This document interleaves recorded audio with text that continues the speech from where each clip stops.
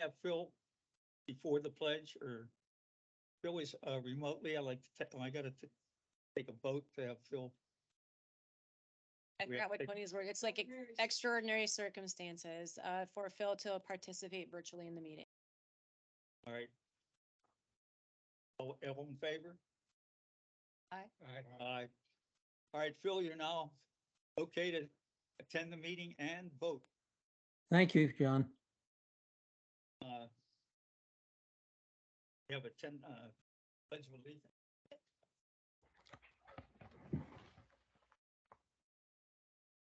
Pledge of allegiance. To the flag.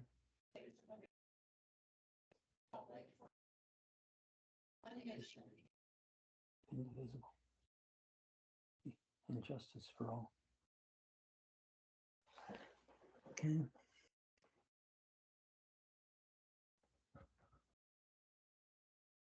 Roll call. Here. John Gregor. Randy Madison. Marty Mantonfeld. And Phil Mays is attending it. Any public comments? No one signed up for public comment and there's nothing in the chat. If anybody in the public that wants to make, No one signed up for public comment and there's nothing in the chat. So we can move on to the next one.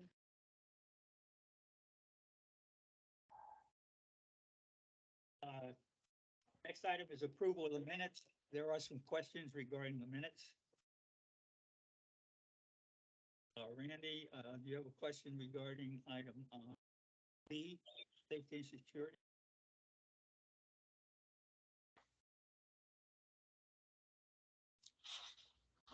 Motion that I made and seconded by Mr. Griga. All in favor, the PPCA suggests the CDD board coastal lane on our Main Street bicycle lane. That was the extent of motion. The rest of it needs to be.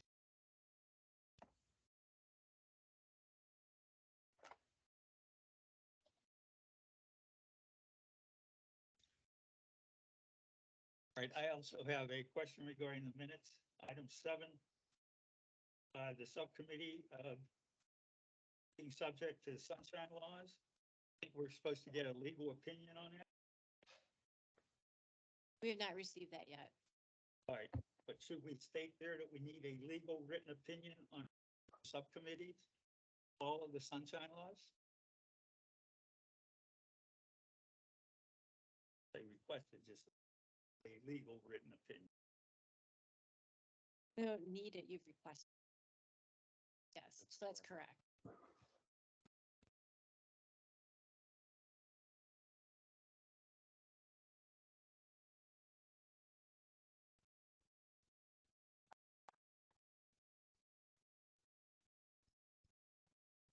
Also did not see anything in the minutes regarding resolution of who owns is underneath.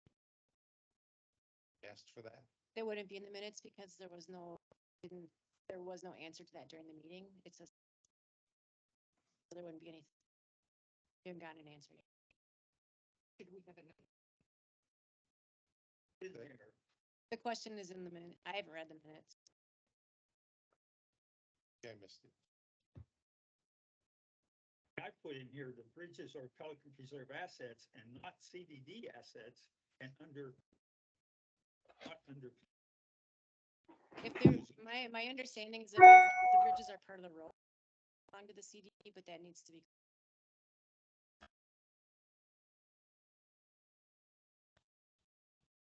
That's the ones we need to check into to see.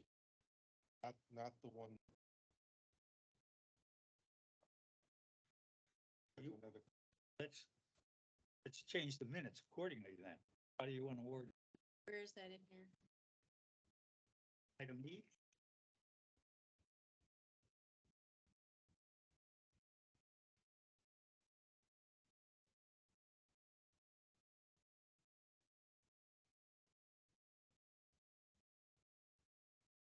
Clarify.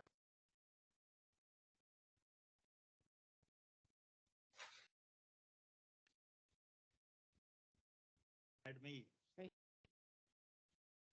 So the wooden bridges that go around, not the Georgia, can you take a note? We need to check into exactly which one us at that point in the items 7 and E.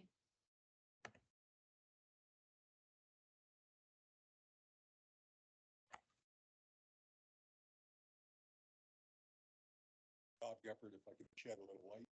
Does it, hang on, John has to give you permission to speak. I did, I got, Laura, Georgia's computer is being reset right now. this is before Tony to determine, it's part of the master landscape plan. Knows it. And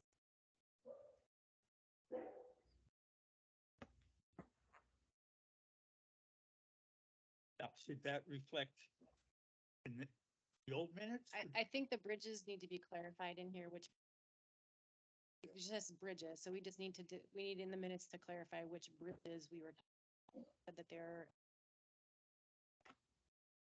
that needs to be, we'll have to go back and listen to it.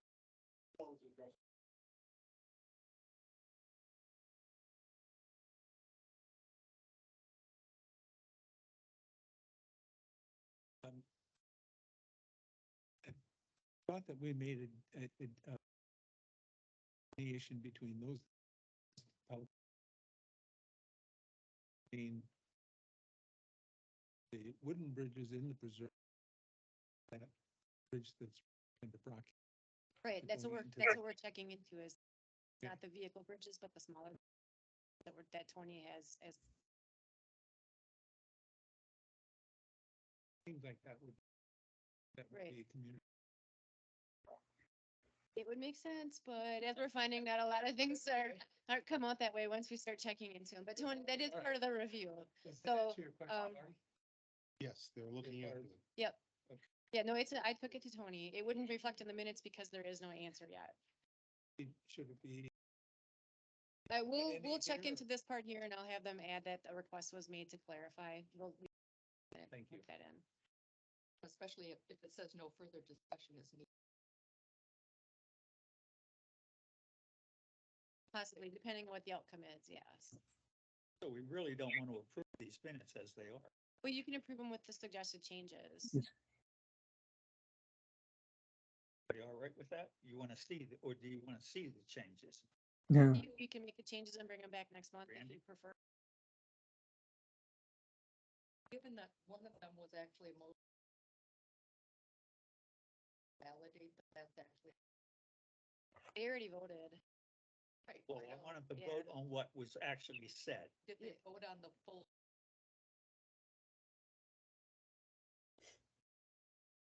I mean, that part where it says,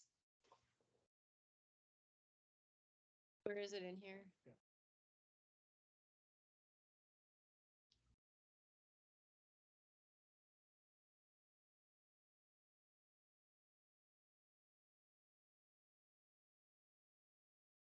I think it's on page 5. So, the district doesn't want to get into the golf cart business. We're They out may of have the said golf cart that. business. That's Yeah. fine, but that's not what was discussed. But they did here. also agree that they're gonna, do the bicycle lane. That was part of it. That was that whole discussion. It was to return the bicycle lanes to bicycle lanes and get us out of the Gulf.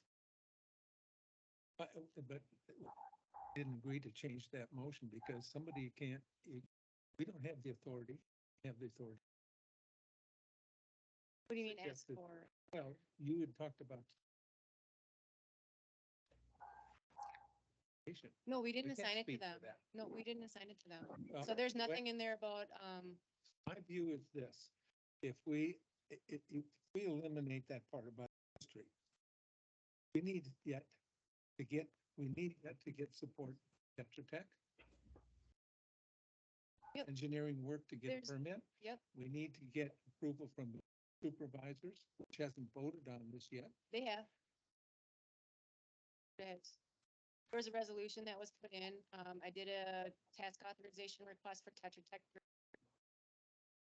That would take, that was all at your, that's all been handled.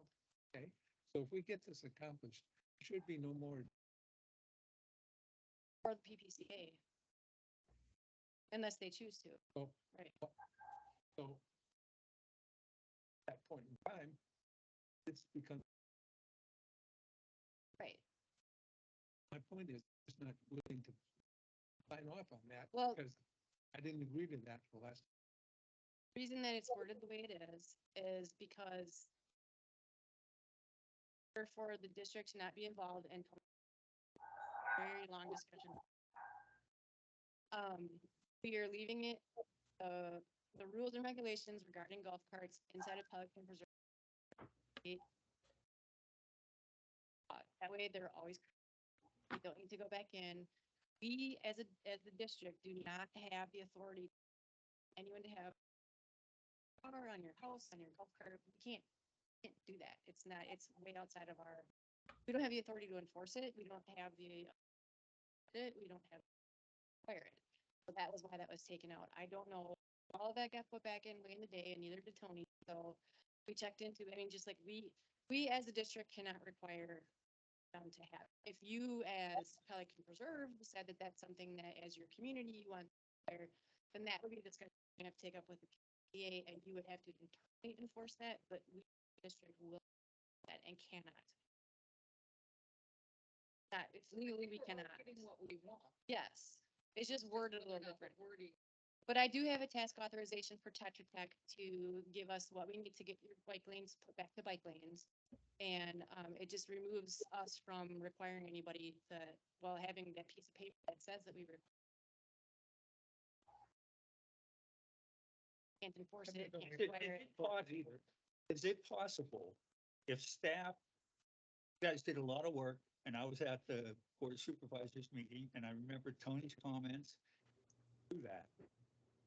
Not just put a note in our minutes, what happened, Because the minutes are a recap of the, but that's not what happened at our meeting. A lot of this stuff is a result of our meeting. right. But So the- let's, the minutes that you're approving are a summary of what happened at your, did not include follow-ups from other meetings in relation to items. This is all right, just, so Randy has a good comment. this is a record of what That should happened. be stricken. We'll verify that that's what it was.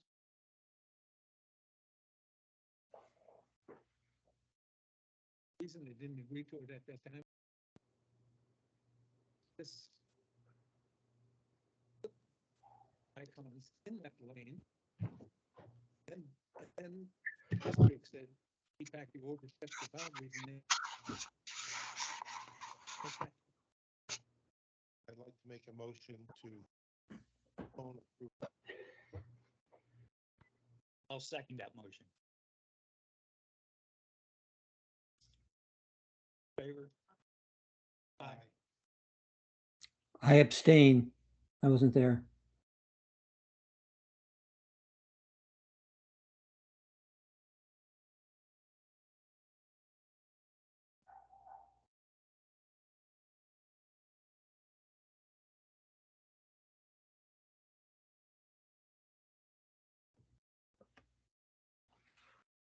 Minutes. Minutes of the meeting and minutes of the work.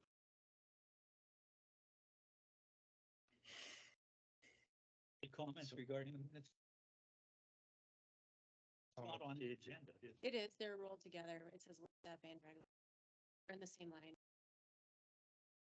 Yes, they're two separate. I Make a think they motion- are. Hang on, let me verify. Yep, yeah, they are. I'll make a motion to minutes of Any comments regarding those minutes? Comment would be that they were very. A lot of topics that. I think of. I just want to remind you that we are paying for.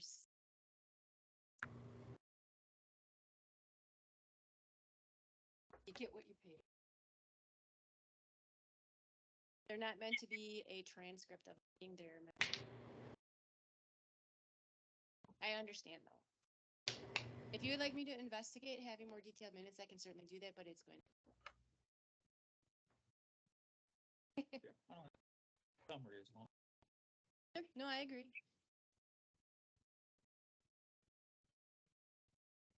we have a motion on the table. But no second. I'll second the motion. Favor? Aye. Aye. Aye. Aye. Motion carried.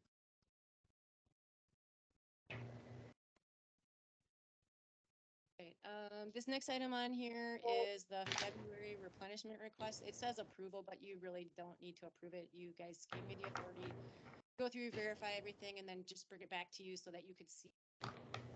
So that's what this is. No action that you need to take. It's already been done. They already have the money.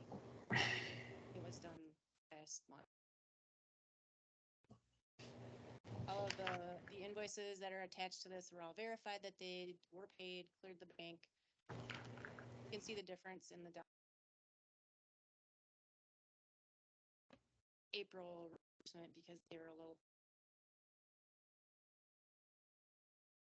Go to item 7. Yep. Road condition assessment report by Tetra Tech.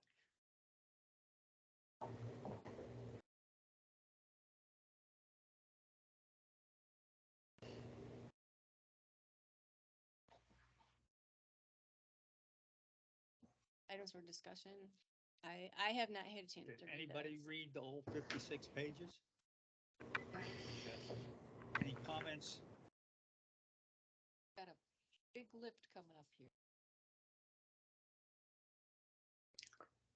I think we should items. Spreadsheets in annual budgets. Work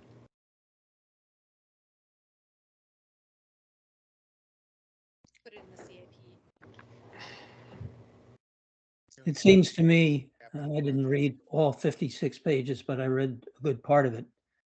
And I think that Tetra Tech's approach seems reasonable. It's very technical.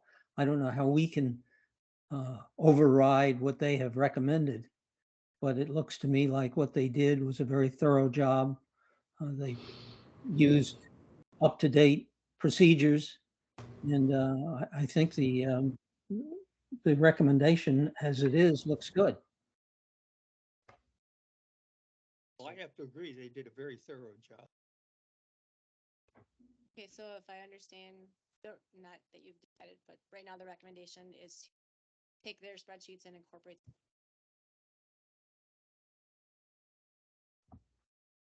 Do you need a motion for that? Yes. Should look at those. I will look at them as I'm looking to put them into it. I've been a little absorbed in my. Any other comments regarding item 7? On to item 8, subcommittee updates. Didn't receive it. There are none. Item 9, We have no updates for subcommittee. That's different. Meeting updates. Like there is item 9A, Doug is online. item 9, fund transfer from bond reserves to the 2023 budget. So Doug, this is you, if you can hear us. Yes, can you hear me? Yes. Yeah, this is just taking the ponds, actually the ponds reserves is the money that we did not spend in prior years. It just rolls over. It's called pond reserves, but it's basically if I don't spend the budget, whatever is left over or contracts not completed, it goes into ponds reserves. With Ian, we have additional expenses. We were not at 30,000 you see there. I'm just asking for the money we did not spend in prior years to be moved over to this year's budget to cover some of the Ian expenses. That's the request.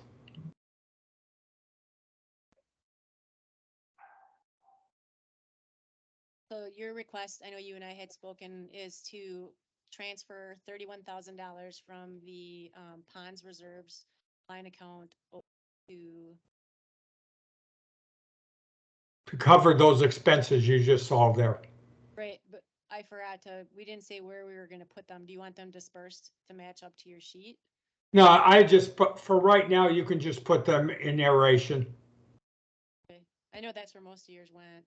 Right, and that's where we have most of the problem. If you look at the 15,596.85 was in aeration repairs.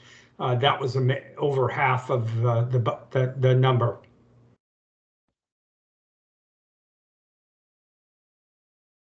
Doug is asking for approval back to move $31,000 from the ponds reserve to the aeration account.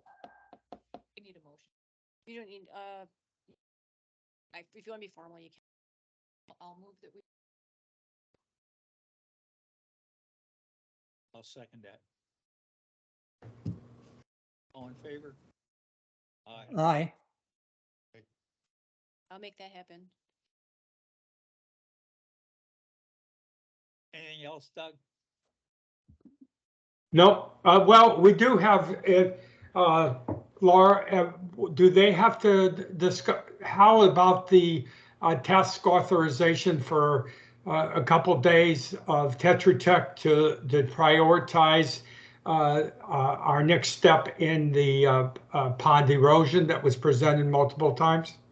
I haven't gotten that back from Tetra Tech yet. I will follow up on them to see where they're at, but I did request it. Okay. Okay. That's it. That's all I had. Yeah. Doris, could you bring down to items 10 and is there more to this? There's no 10. Well, then I'll, there they are.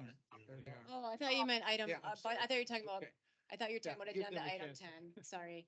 I'm Okay, like, so there's no new motions here at the time. This is just a kind of an indication of what safety and security had been working up on.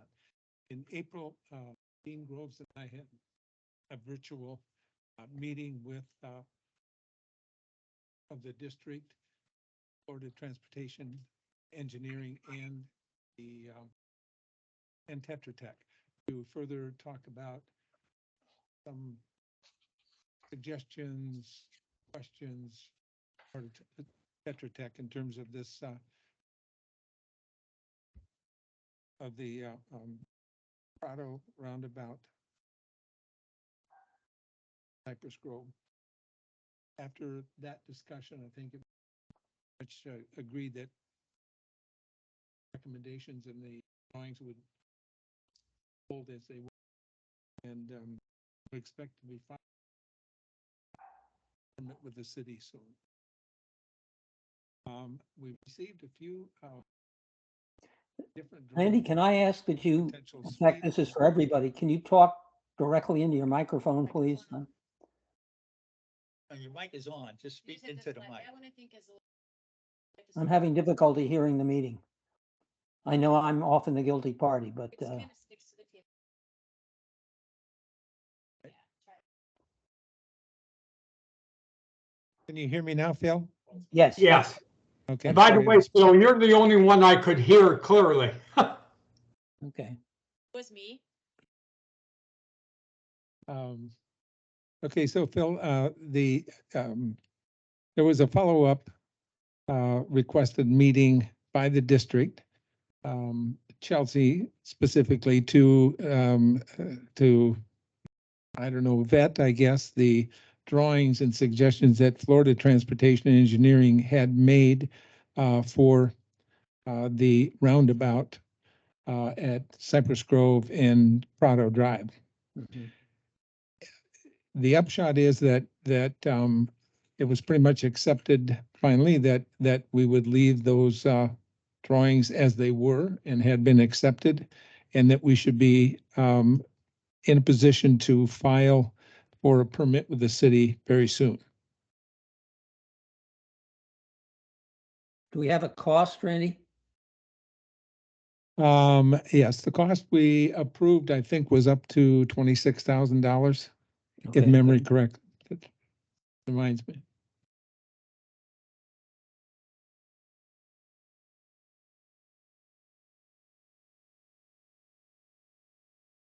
And Laura, I don't know if you haven't updated this. There was a quote to go out from the city, or I mean, from the district, I think. I don't remember. We had Florida Transportation was paid to to change the documents from engineering drawings to documents that would be suitable to put out for bid. They were then turned over to the city or to the to Gateway. checking with Randy. I'm not you, Randy, our Randy, the Yeah, contracts guy. 'Cause okay. He does all the bid stuff. I'm checking with him right now. Okay, some of the other things that have come up, speed humps at Veneto. This is the never-ending quest to find some alternative to the rumble strips that were put in on Veneto. We got a few different drawings from Florida Transportation Engineering. One of them was in excess of $100,000. I think the other was 82,000. One included some kind of concrete barrier in the middle of the road to separate the lanes, all of which were non-starters. But a fourth one came up with something I think with modifications to it might be workable, and essentially was a speed hump, just an elevated portion of concrete, I think is what the city requires prior to the intersection of Benito Drive, going across both lanes to act as a traffic calming device. Only only at that position, because then the other side of the intersection is community association property. Now, we will need written approval from 20 of the 30 homeowners in that neighborhood before we can get any kind of a permit from the city. So there are a number of stakeholders involved that have to be satisfied to accomplish this. Like I said, the quest continues. I hope it, So what are the next steps for you then, to take it to the homeowners um, themselves? tweaking these drawings and recommendations from Florida Transportation and Engineering. There's a number of things on there, stamping concrete that cost $9,000. I question whether that's necessary. Posts and signs that cost $4,000. Well, we already have posts that say rumble strip, so I think something can be done with that. And there's, more detail. And then I think the first thing that needs to be set up is a meeting with that neighborhood, get feedback from them. Because otherwise there's no way to really proceed. Yes, Ed Hedges, would it just be a concrete hump or would it be with pavers so it looks kind of like some of the other? freeways? the papers would be included in the six-figure quote, so no. And the talk was about asphalt. The engineer from Florida Transportation said he thought that the requirement from the city would be concrete. Yeah, so, ramped up a few inches and then, I don't know, 6 or 10 feet across and then down. Just something that makes people stop a bit, but it's not going to be like in the parking ramps where you have these 3 or 4 inch humps and a number of them. There, Randy, is this something that we really ought to be doing on the other side as well, but we're not doing it because we don't own the property? What we asked them to do, Phil, was to use in that drawing to continue to use this this speed hump to cover both lanes of traffic. So from gutter to gutter. Mhm. The idea being to try to, to make it no reason to just to drive around something into the opposing lane, and hopefully no reason to drive up on the grass around them. so it would just be on the one side of the road. On the one side of the road. On the district, on the one side, on the district side of the road. I mean, Exactly. the rumble strips would go away on the other side then. That's correct. Yes. Should we be going to the PPCA to see whether they would like to do the other side? PPCA was involved in PPCA was involved in an initial meeting with Dean Groves and others to talk about some potential issues with this. If we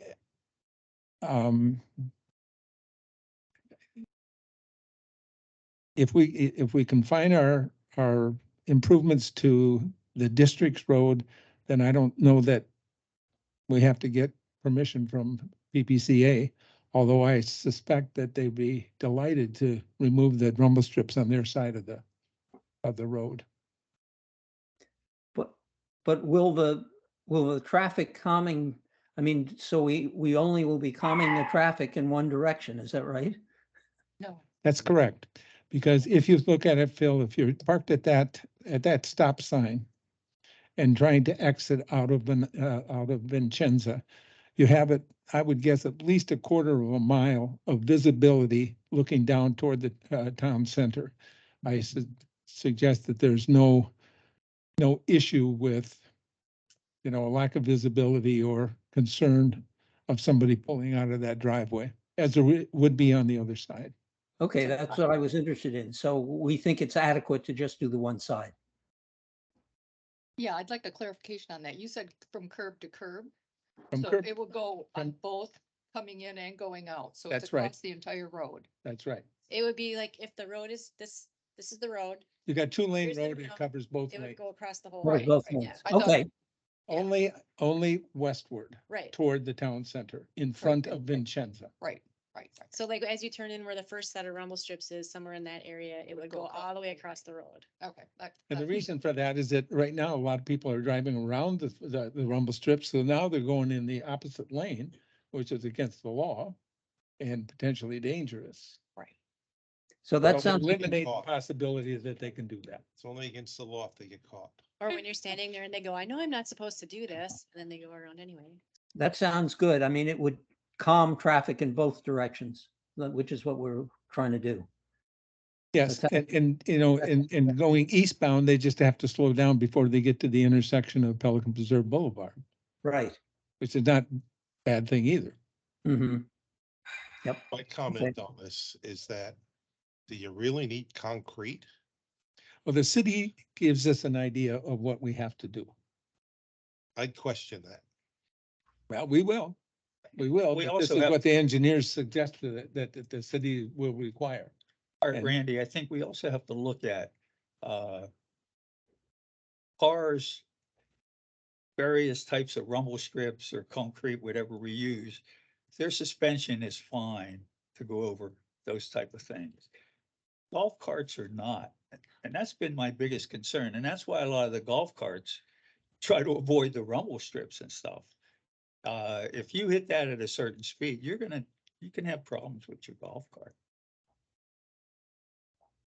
I mean, didn't we discuss at one time having areas that the rumble strips or whatever we use, that the golf carts can get through it with that?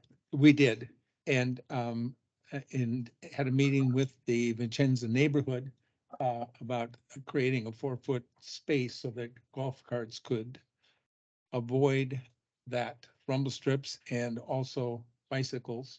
And we got zero support from the neighborhood. Can we sue the neighborhood if we have trouble with the golf cart? Or if we have an accident with our bicycle? Is there a legal guy here? Where's Tony? So is the People concrete do- requirement due to the delivery truck weight? And I don't know the answer for that.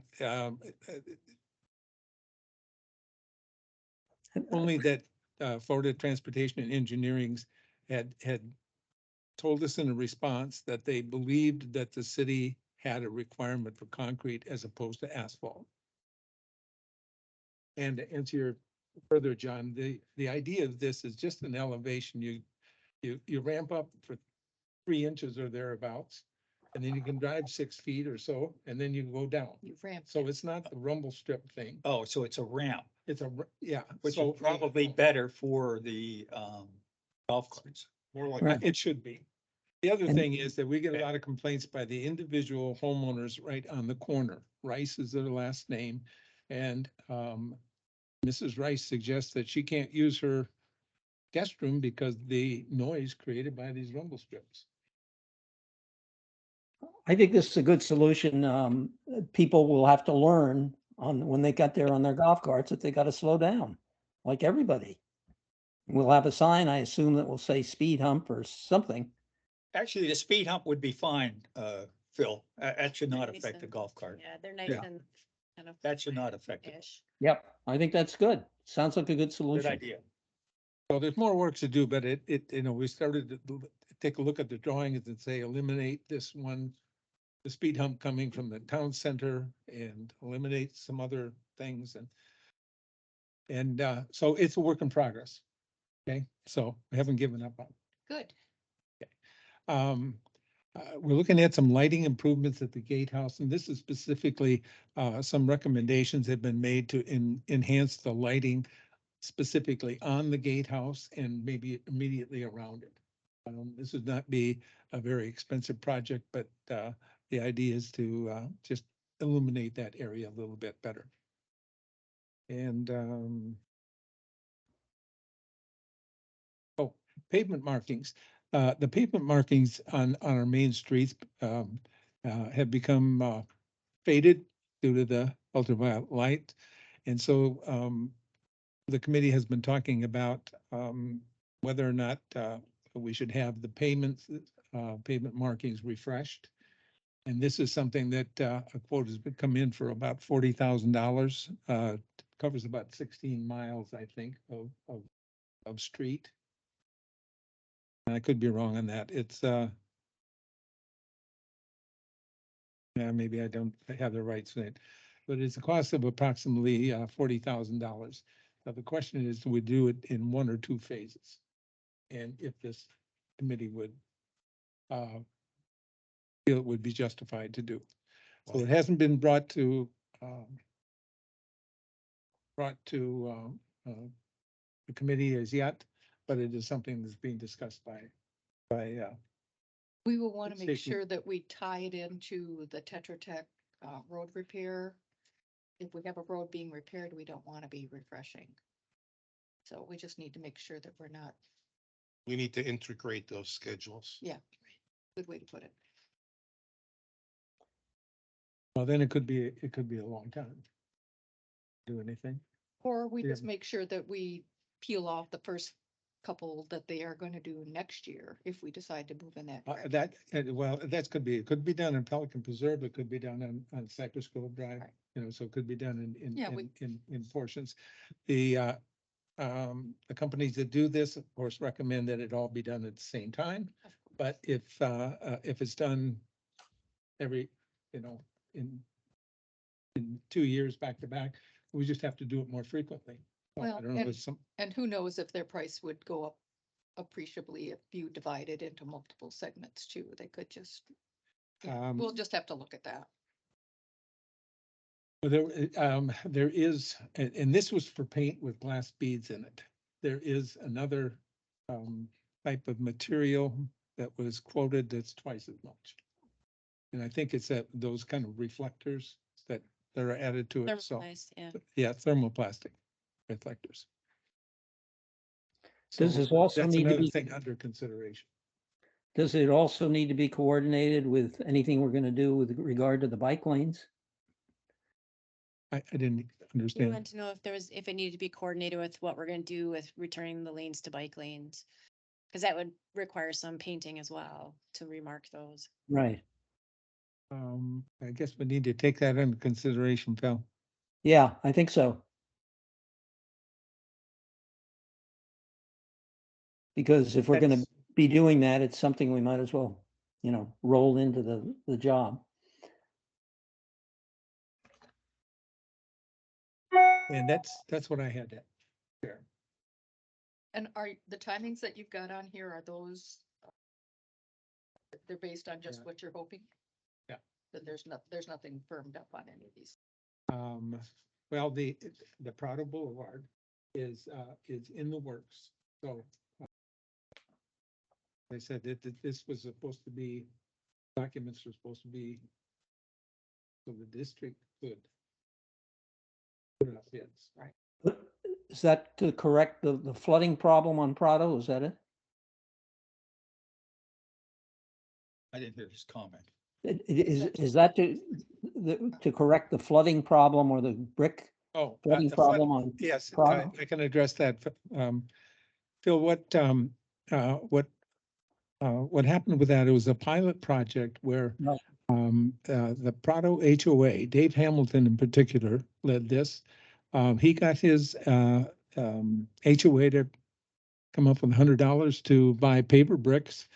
Ameriscape offered to, at no charge, put the paver bricks in different low spots in their neighborhood on their sidewalks. And so essentially what they did was to remove the turf next to like a street gutter and level it up so that the turf wouldn't prevent the rain or water from draining. And I know I went out after like midday after a good rain earlier in April and saw them working very well.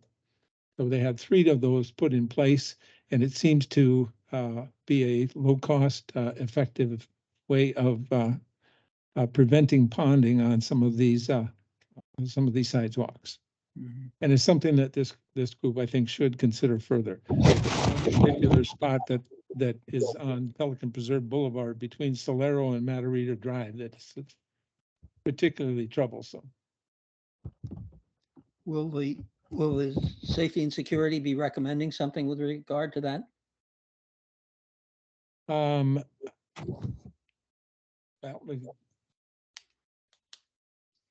we did mention this to the President's Council, and we've asked for any suggestions about particular trouble spots on that.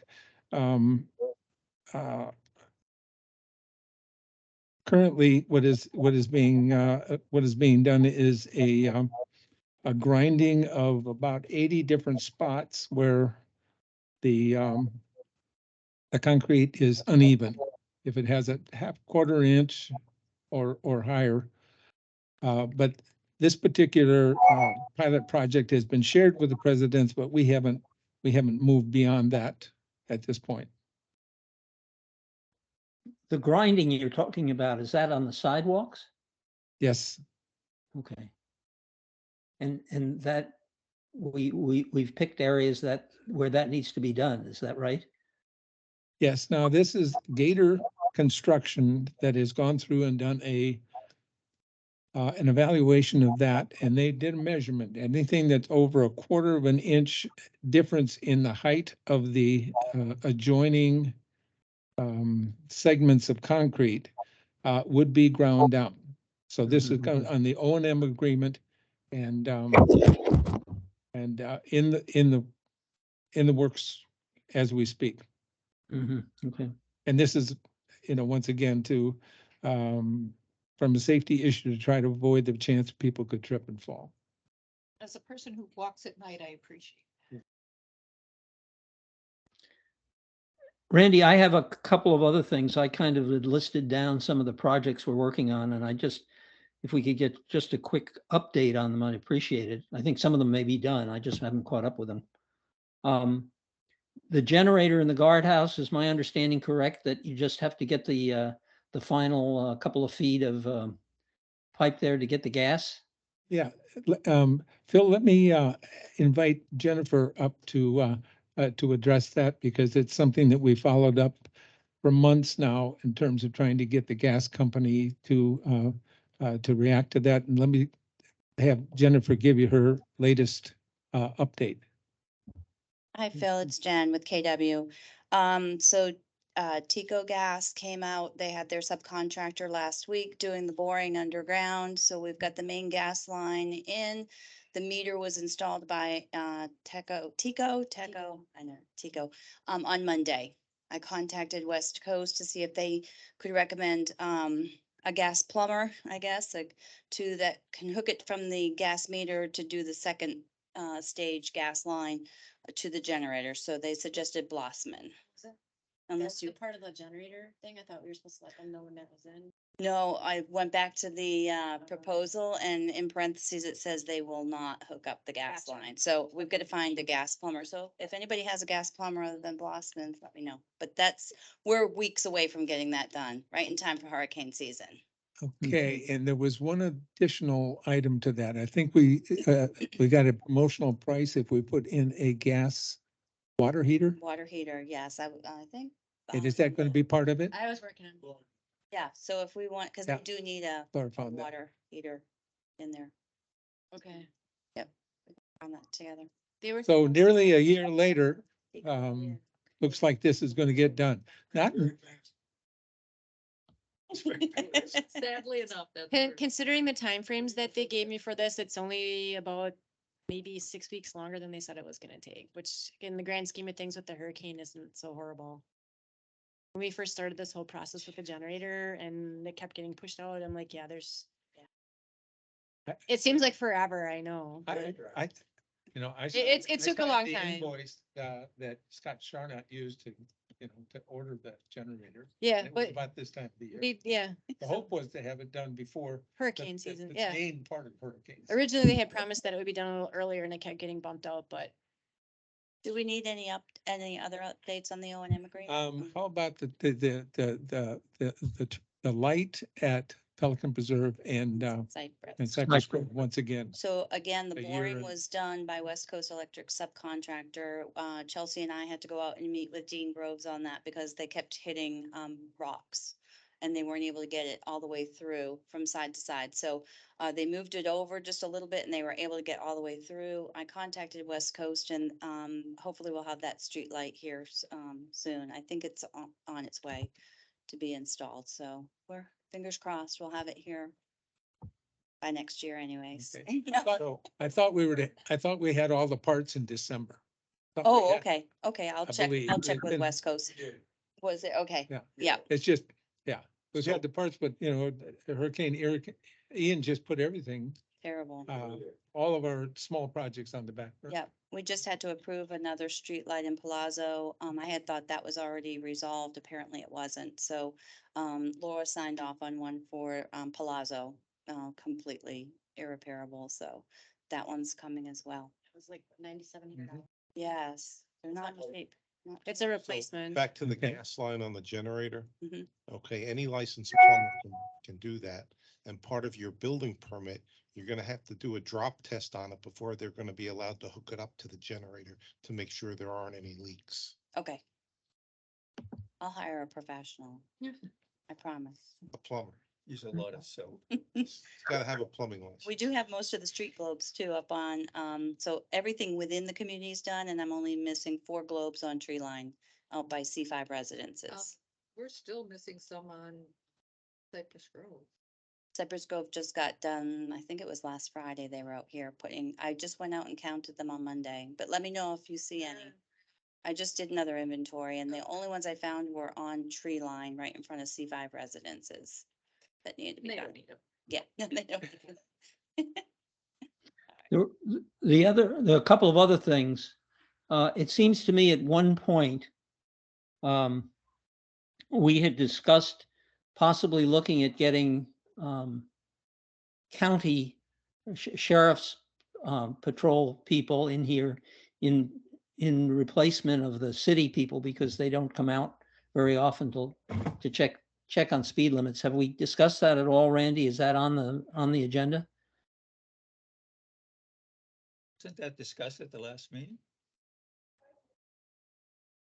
Is there anything in this?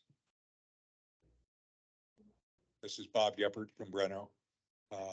Bill, with respect to Lee County, they're more than willing to come. Yeah.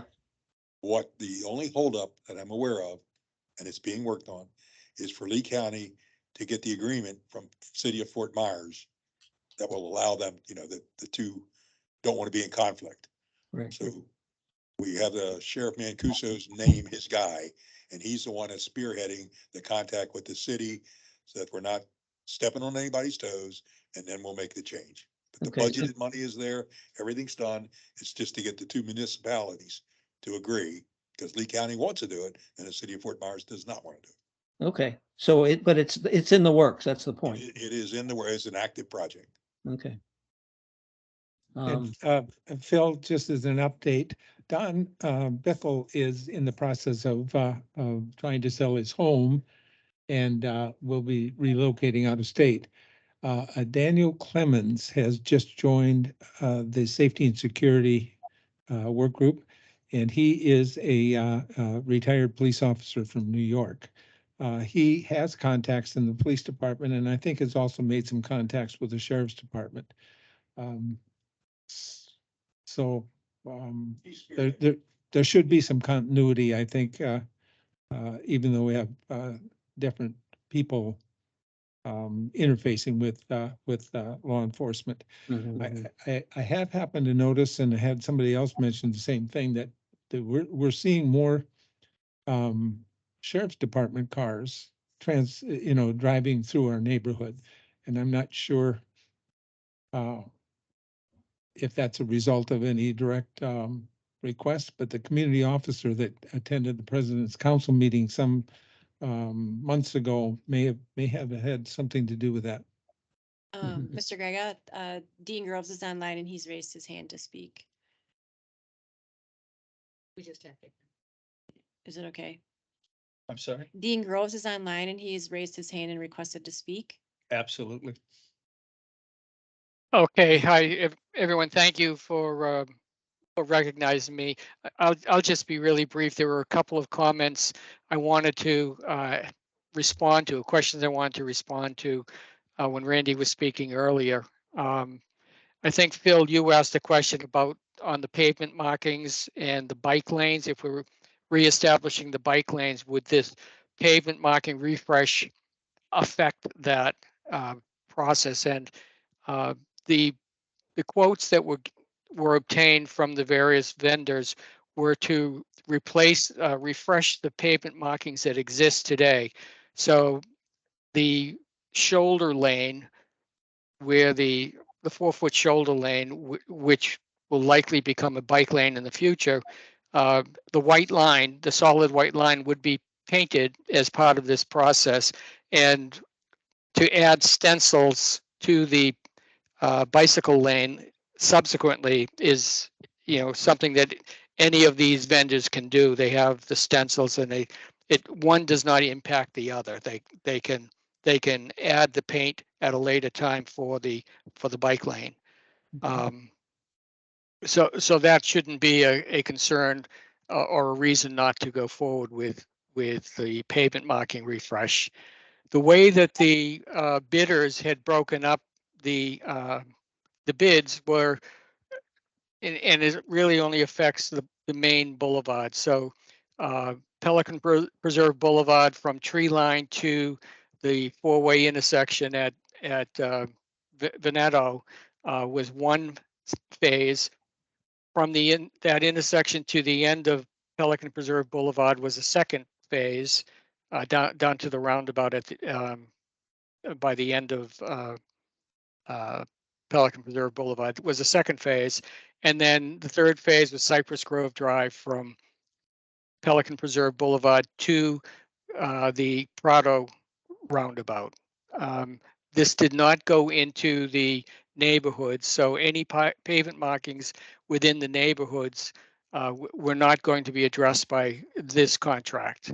And they could split it up, like I said, in multiple phases. The pricing would probably change, but nevertheless, it wouldn't be significantly different than, I don't think, than what we've been quoted already.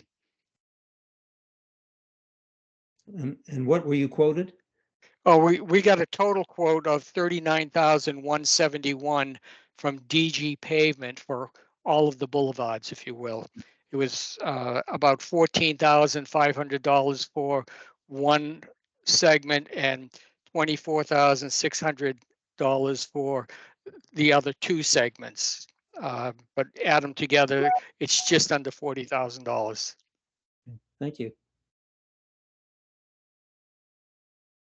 And then there was a question on whether the Prado roundabout improvements that Randy said were close to being ready to submit to the city for permits. That one is also pavement markings and signs to improve the operation, the safety around the roundabout. Did not have anything to do with drainage, with flooding of sidewalks or anything like that. Mhm. Those are two separate issues. And I think that just covered it, all the comments I wanted to add. Okay.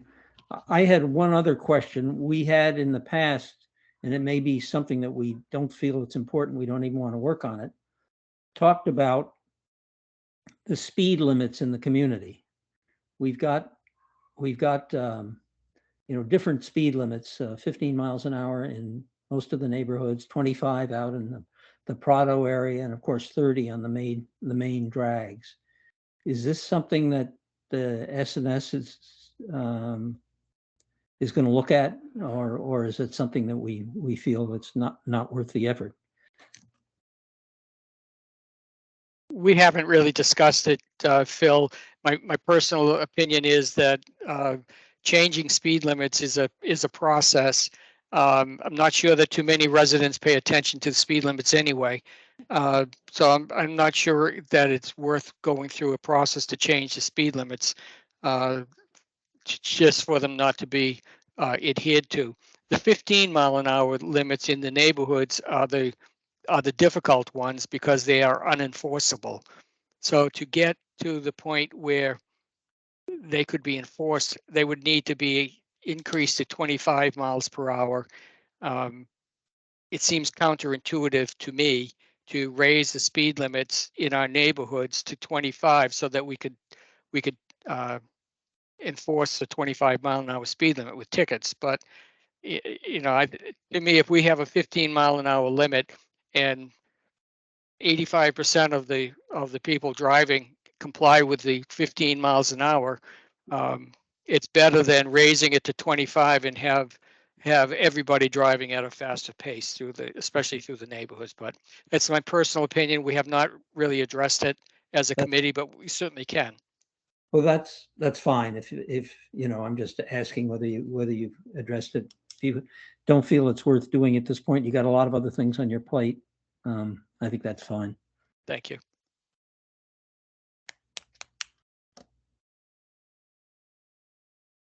Any other comments, Randy? No. In regards to speed limits, I've said this before, but if you can't enforce them, then they're merely a suggestion. And as Dean has indicated, traffic studies, and Jennifer has this data on here, indicate that 85%, and maybe you can address that, people follow the rules. Yeah, this is Jennifer Nisanoff. I'm in Prado. I'm also on the Safety and Security Work Group or sub-team. And one of my projects has been the safety studies. We did take a little break last year. We brought the signs down right before Ian. And with the change of management, et cetera, we just started up again at the beginning of last month. What we're focused on right now really is looking at places where we know we have an issue. And we asked actually, I believe at the last President's Council meeting, or maybe it was the one before that, if anybody had any issues. And if they did, we would do some studies. As Randy indicated, we had a lot of requests in the past. And what we're finding is that while there is speeding, the vast majority of the people really are complying with the speed limit of that particular location. It may not feel that way because people see the cars that are going very quickly. But overall, we're doing pretty well. And when we do these studies, by the way, they're generally about 2 weeks, sometimes longer, depending on the location. And we split it up. We do some where people can see that the signs are actually being used. You're driving down and that your speed limit is flashing at you. And we also do it blind. So the lights aren't coming on, but we are measuring. And that's pretty important because we want to really understand if people see that they're being measured, are actions being taken to slow down? And in a lot of cases, that's exactly what's happening. But so between the blind studies and then the open studies, we're still finding that people, for the most part, and as Randy mentioned, 85% is the limit that we look at, they're following the speed limits. Mhm. If anybody has any areas that they're concerned about and they'd like to study, just let either Randy or me know, and we'll be happy to get them on the schedule. Are you doing any studies that are related to adherence to stop signs? We looked into that, but the equipment that we have it doesn't really allow us to do that. Because that's one area we would have been really interested to understand. Yes. Okay. So that first intersection, when you pull into Pelican Preserve, nobody stops at that stop sign. I know. Everybody just rolls through. They roll through a lot of them. That's a favorite spot though for, when the Fort Myers police, when they do come out, that's a favorite spot for them to sit and watch. And I know they've been putting out warnings, but yeah, it still happens. Anything else? Okay. Thanks, Jennifer.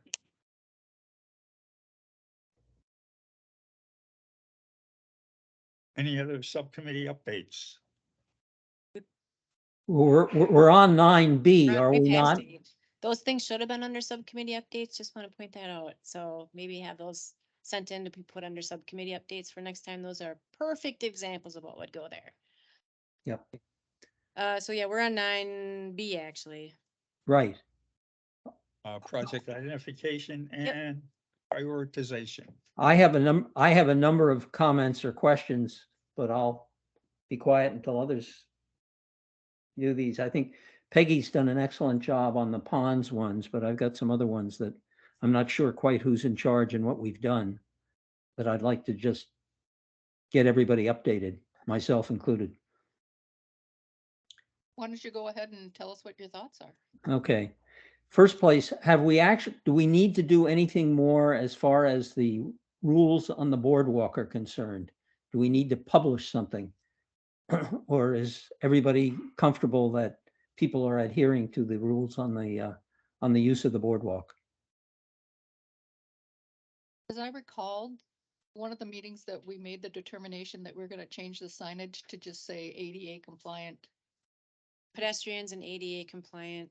I forgot what word we said. That was the last meeting. Vehicles or something Yeah. like that. Yes. Yeah. Yeah. And then Jen, as I recall, Jen was gonna be looking into getting the signage for that. Okay, Okay. I'm sorry, did she say she'd ordered it? She can order it. She's gonna need to verify exactly what words need to go on the sign. Okay, And you'll take care of that, Laura? I'll work with Jen. Thank you. where do we stand with regard to the whole issue of property ownership and easements? Is We're that still working on that. still with Tony?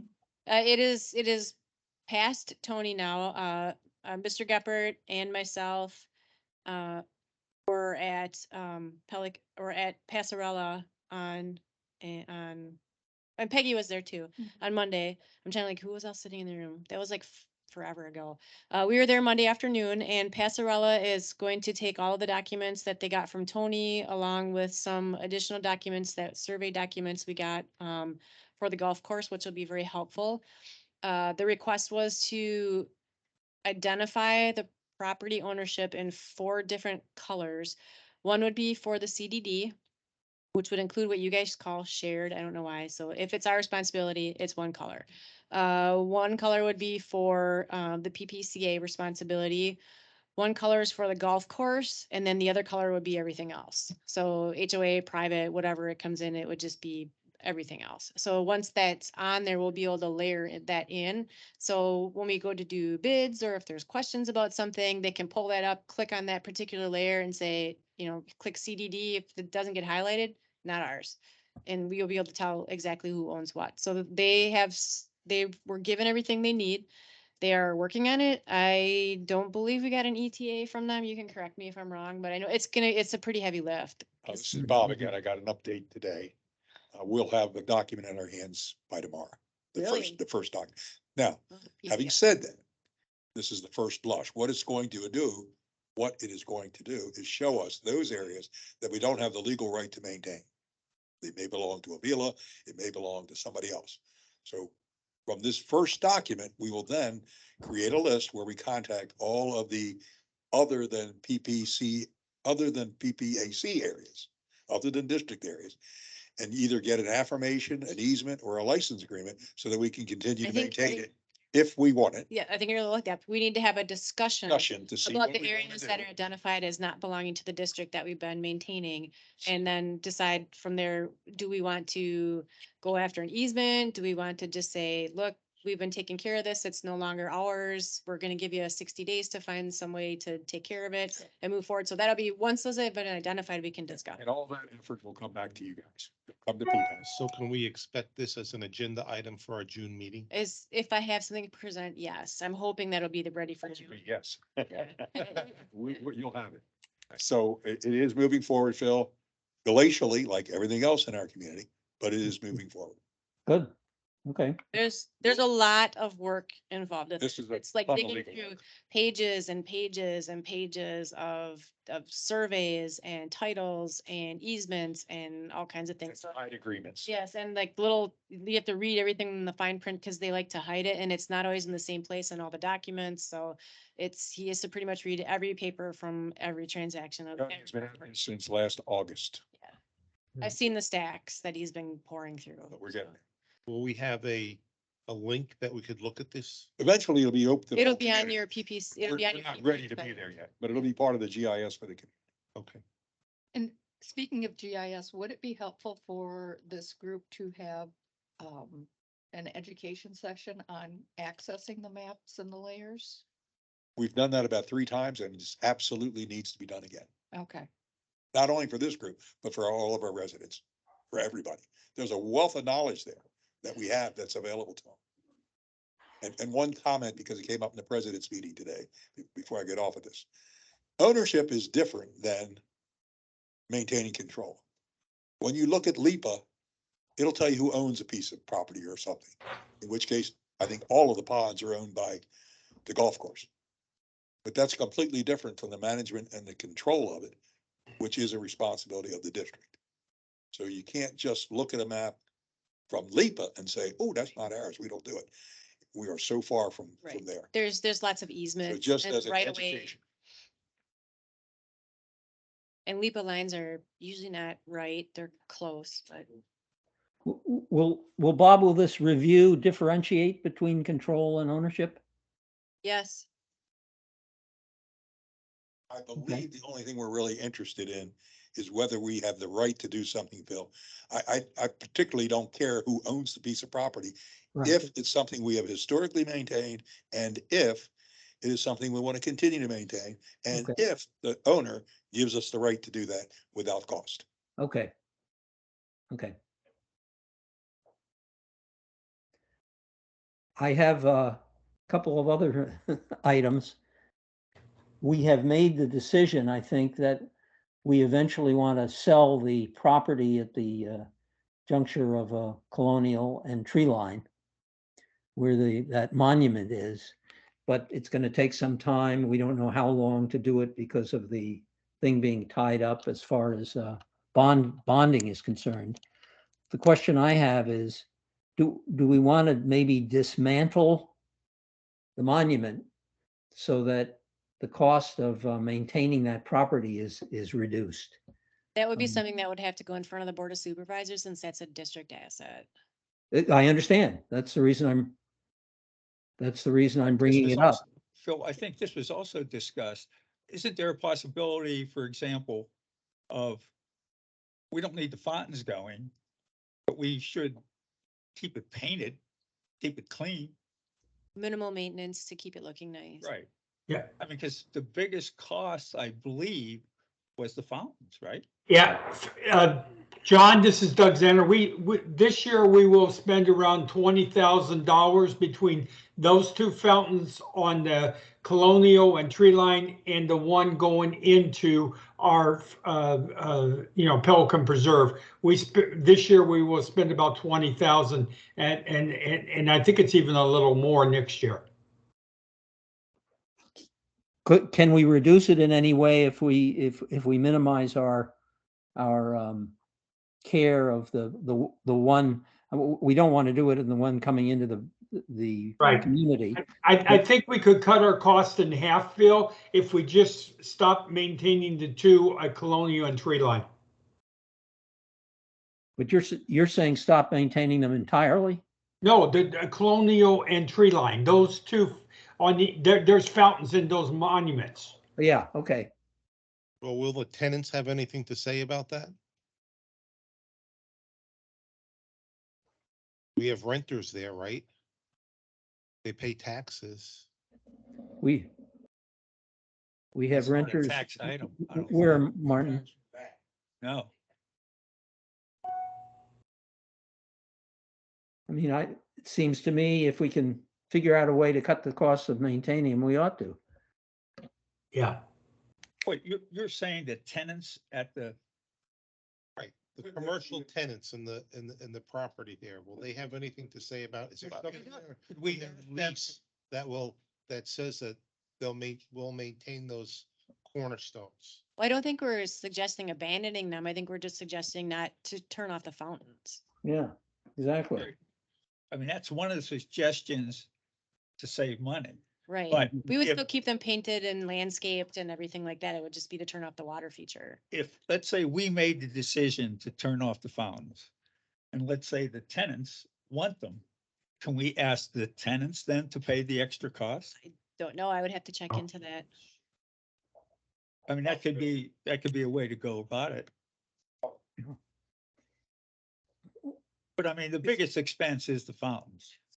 Yeah. Is there a way for us to get some kind of line item of the different costs involved in the maintenance of it?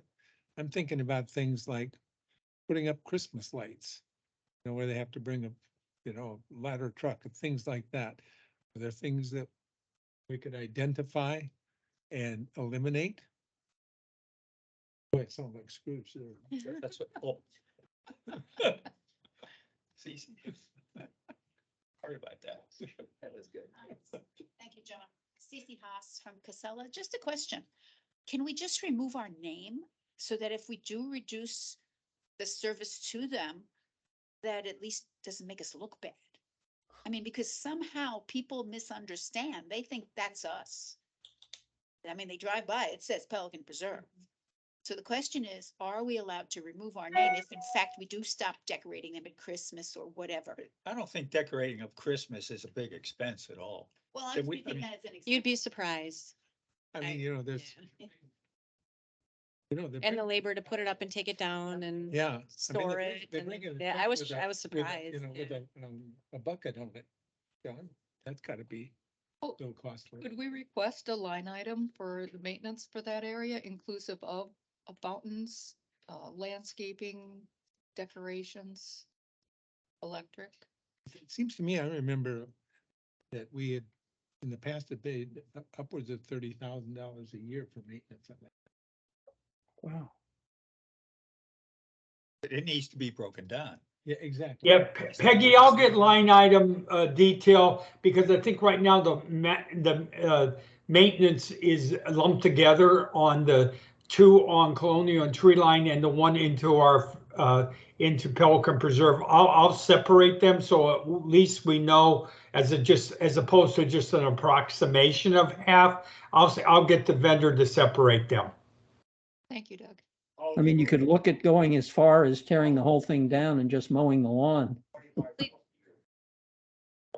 But I think, Phil, if you just turn the fountains off and not maintain them, because this year there were some cracks in the fountains, and we actually paid to repair the cracks in the fountain in the bowls. I mean, I think if we just stop the fountain, I think that most of the savings will come. Okay, well, let's look into that and plan to do it. Okay. Yeah. I apologize. I tried to get off mute. Phil, when you asked about the signs in the boardwalk and someone said Jennifer was going to do it, I ordered the two signs when Bill Sirico at the one meeting we had in March, maybe it was the end of April, no, the beginning of March, because I ordered the signs on March 8th. Okay. For each entrance into the boardwalk that had ADA compliant devices, pedestrian and ADA compliant devices. I ordered two signs for that, which was agreed at the beginning of March PPAC meeting. Okay, so that's in process. It's just like all other signs. It's hard to get them out, but they've been ordered. Mhm. And I just sent the thing, Jennifer wasn't copied, neither was Laura. I just made sure that they were copied on the note so they know that that was, so we don't end up with 4 signs. I already scratched that off my to-do list. Thank you. Um, I have another question. Maybe this is, I don't know whether anybody knows the answer. Are we all set with regard to the emergency access to the new emergency road in at the back of the property? Who has access to that? For instance, it seems to me that the P-PERT might need to have access during a time when the wiser people are not available. Should they have a key? Have we gone through all of that process to figure out who has access and when they would get it? Yes, we have Good. done that, just had that discussion ad nauseum. There will not be any keys or clickers provided to Pelican Preserve. If there is a need for that to be open for an emergency, any emergency access vehicle, police, fire department, ambulance, they all have access to that. They're able to get into, there's a way to make the gate stay open so they don't have to keep opening and closing it. And the district also will be responsible at the request of the emergency services, whoever is on call. If you call our main number, every vehicle we have here has a device in it that can open the gate. And I haven't showed them how yet, but I'll show them how to lock the gate open if we need to. So you got, And that was part of the requirements from Lee County and the city of Fort Myers when we put that in, that no access to open those gates was to be given to Pelican Preserve. okay, it sounds like you got it covered. Yep. And, Laura, there was some language put in the post orders. They're regarding supposed to that call as the well, police right? or the first, and then if they can't get through there, they And- can call our on-call number and our emergency number. As an extension to that, could you tell us kind of where the current status in terms of the gateway and the post orders and how close we are to getting them on the website? To the safety and security work group, that was their responsibility to continue to edit those. This is Jennifer Nissenhoff from Prado again. We had a meeting, a workshop about, I don't know, 3 weeks ago or something. And a follow-up is, I believe, scheduled for our next meeting. We had, pretty much overhauled it so that it would completely comply with the contract. Right. That, the district had. And, so we're moving. I But think we we'll, took out a lot of the stuff that's more of their operational Yes. procedure, at least as far, we didn't make corrections to like their uniforms and things like Right. that, because we Okay. can't dictate how they dress. That's a company thing.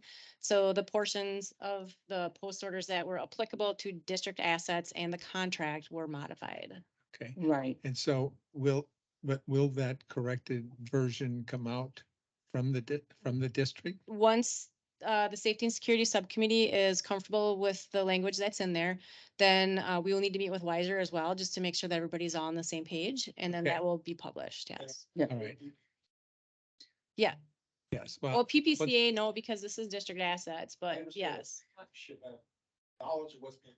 right, well, they'll get a copy of it. Right. And in fact, Bob, some of what we took out were, items that, were covering PPCA assets versus district assets. And currently, I believe KW is working on a proposal to potentially, do a contract with Wiser or some other firm, to do some of that kind of security.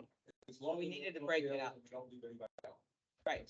Okay, I'll make a note to make sure that they get copied on it. And I think we were flexible enough in the way that we left it, with the things that we took out that were PPCA responsibilities, that they're easy enough to put back in. We were trying to Mhm. make it a inclusive document. We've separated it for now because we needed to have it comply with the current contract. And then should Correct. PPCA choose to move forward with them and have a contract, we can just push all that stuff back in there together. But we needed to make the post orders comply with the contract. and once that's accomplished, the intention is to get that put on the website.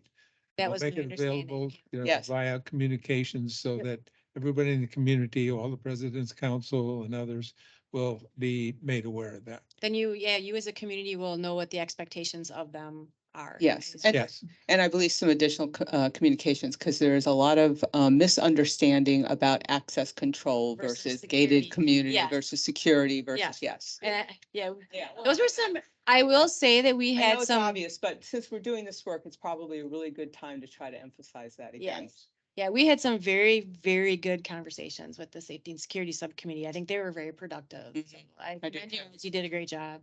Yeah, and our next meeting, I think, is the 30th, if I'm not mistaken, and that's where I think it's going to be coming back up again. Thanks, Jennifer. Mhm.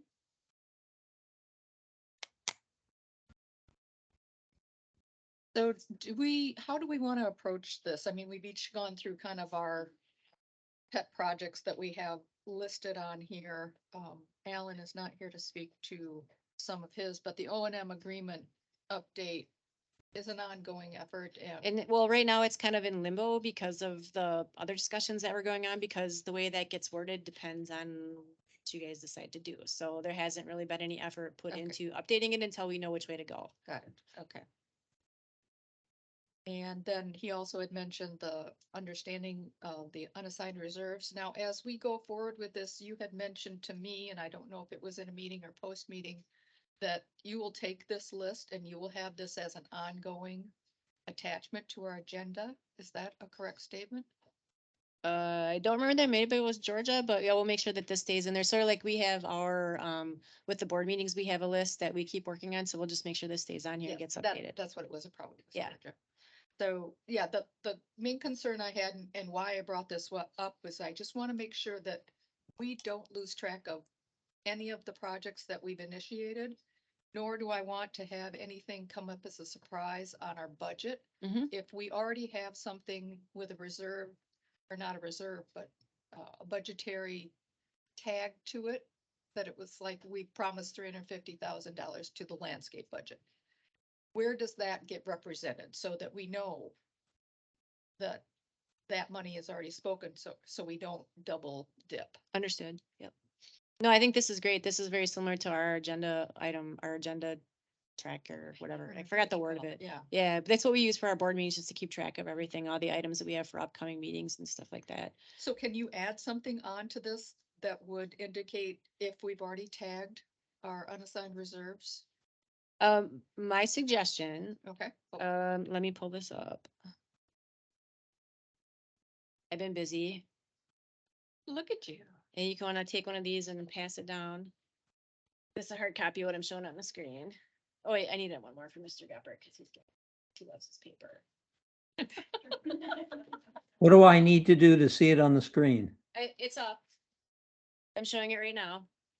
It's the thing with the big yellow bar. Okay, So, what I've done, and I'm still working on, well, like, just ignore this top part. I haven't gotten to that yet.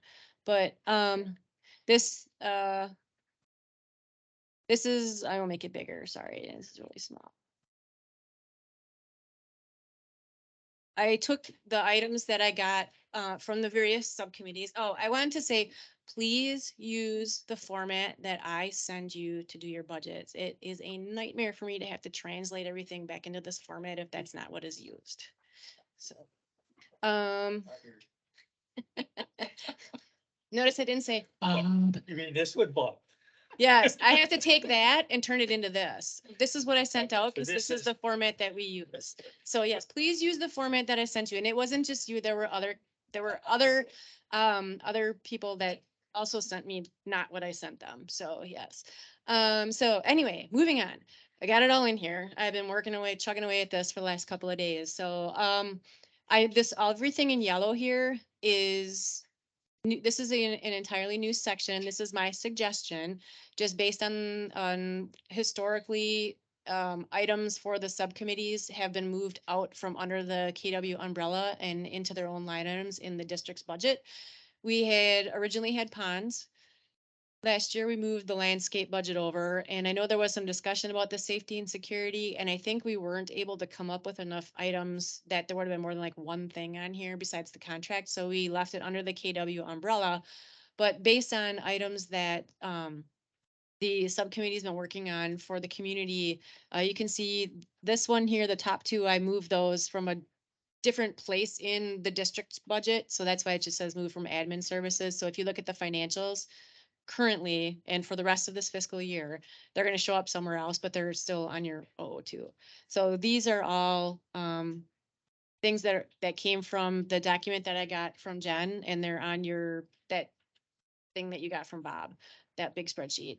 So anything that says from KW, from KW, from KW, those are the dollar amounts came from them, as well as the line items. So I am moving them from under the KW budget, which would be reimbursed through the O&M agreement, into the district's financials, which means we will cut the checks. So we will pay those instead of reimbursing them.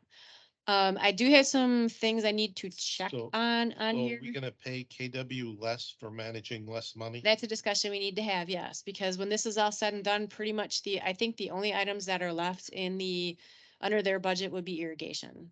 Everything else will have been removed. Or is that something we vote on or?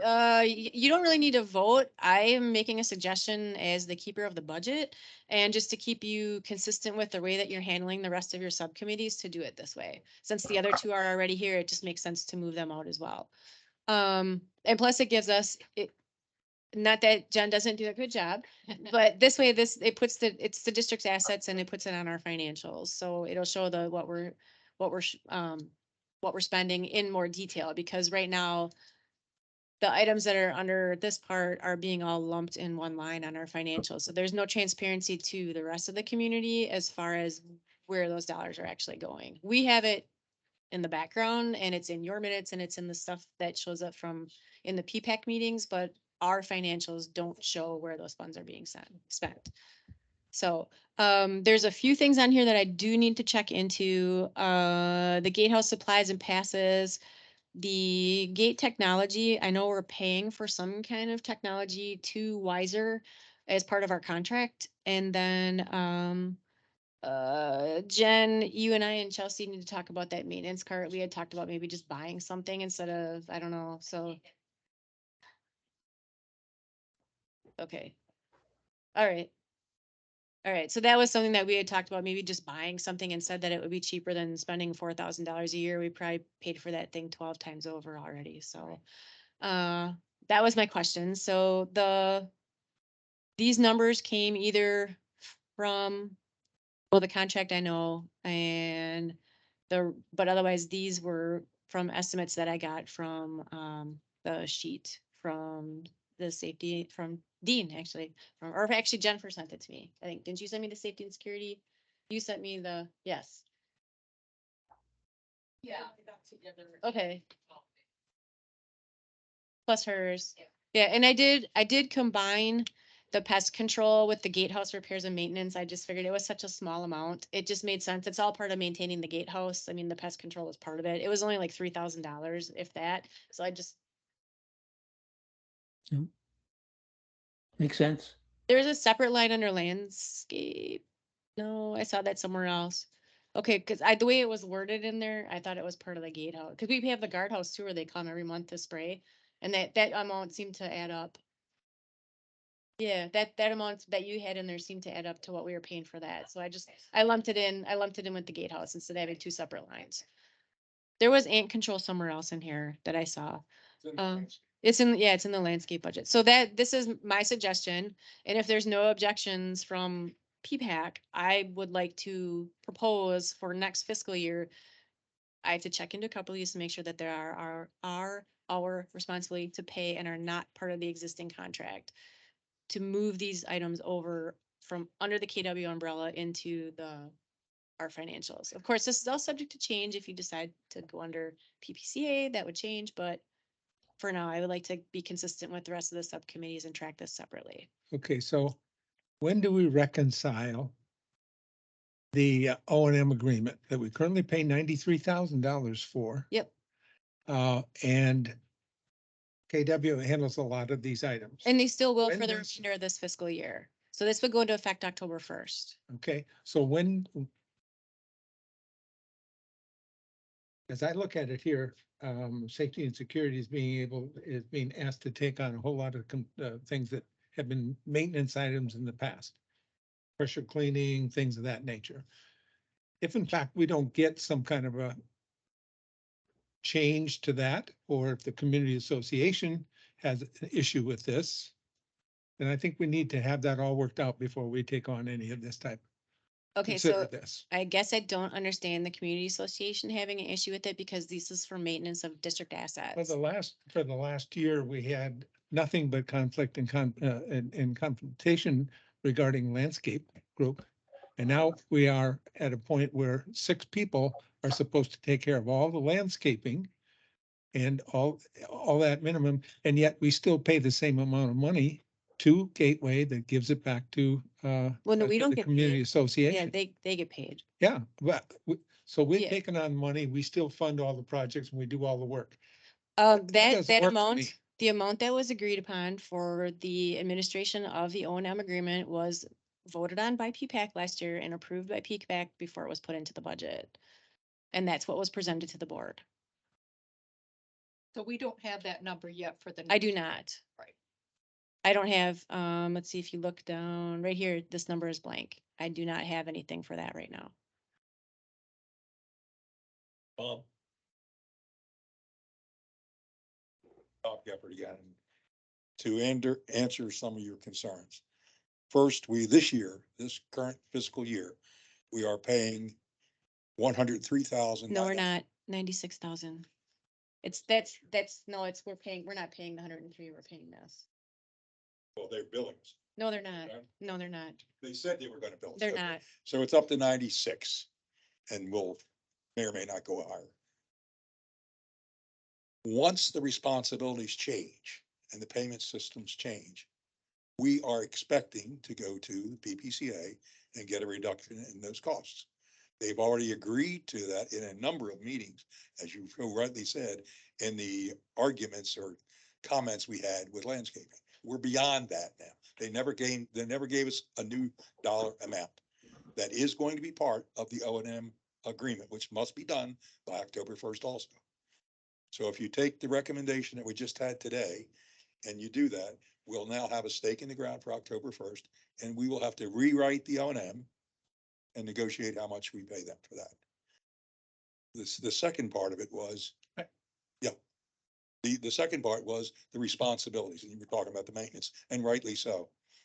All of the responsibilities that are on this sheet have been discussed ad nauseum with Dean, and he has no problem with accepting those.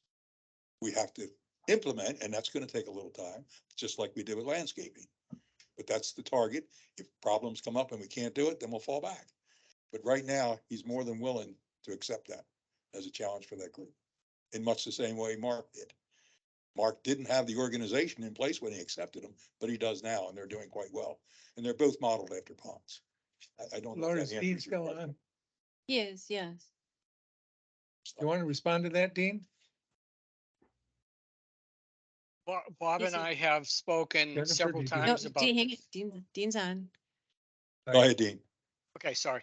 Bob and I have spoken several times on this, but we have not spoken at the subcommittee level amongst the subcommittee about these items. So philosophically, I am okay with dealing with the infrastructure as outlined here.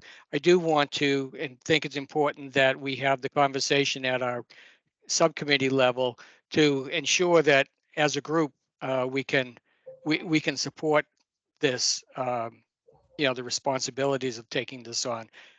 And maybe some of them will fall out, I don't know, but at this point, without having had that conversation with our subcommittee, I'm looking forward to the possibility of us being responsible for these items. So we're not quite there yet. We need to talk about it. I think October 1st is a date that I keep hearing as a new effective date. And so that's a couple months away. And we're going to be talking about this. And absolutely, the devil's in the detail. Right. And there is backup over at the district that is available to us. There's a couple Yep. people, just like for landscaping, there's a backup person in the district. And for ponds, there's a backup person for the district. Right. And actually, these numbers, if we're gonna do this, I kind of need to know before, like, hopefully by June 1st, June 15th at the latest. That's the date that we have to set the high water mark for the budget. It can go down from there. So if you're entertaining it, I would recommend keeping it in the budget. If this is something that you decide not to do, it would need to be removed from here and then moved back under the HOA umbrella before the budget is formally adopted by the district in August. But it would go into effect on October 1st. Okay, this is Jennifer Nisanoff again. Sorry about all this talk of mine here, but one of the things I wanted to mention about this is, as Dean mentioned, we need to talk about it as a team.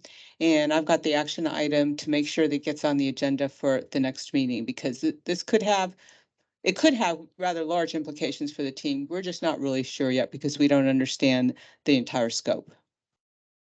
So I just want to make sure I understand the dates that you just quoted. You need to know by when whether we would be willing to do this and able to?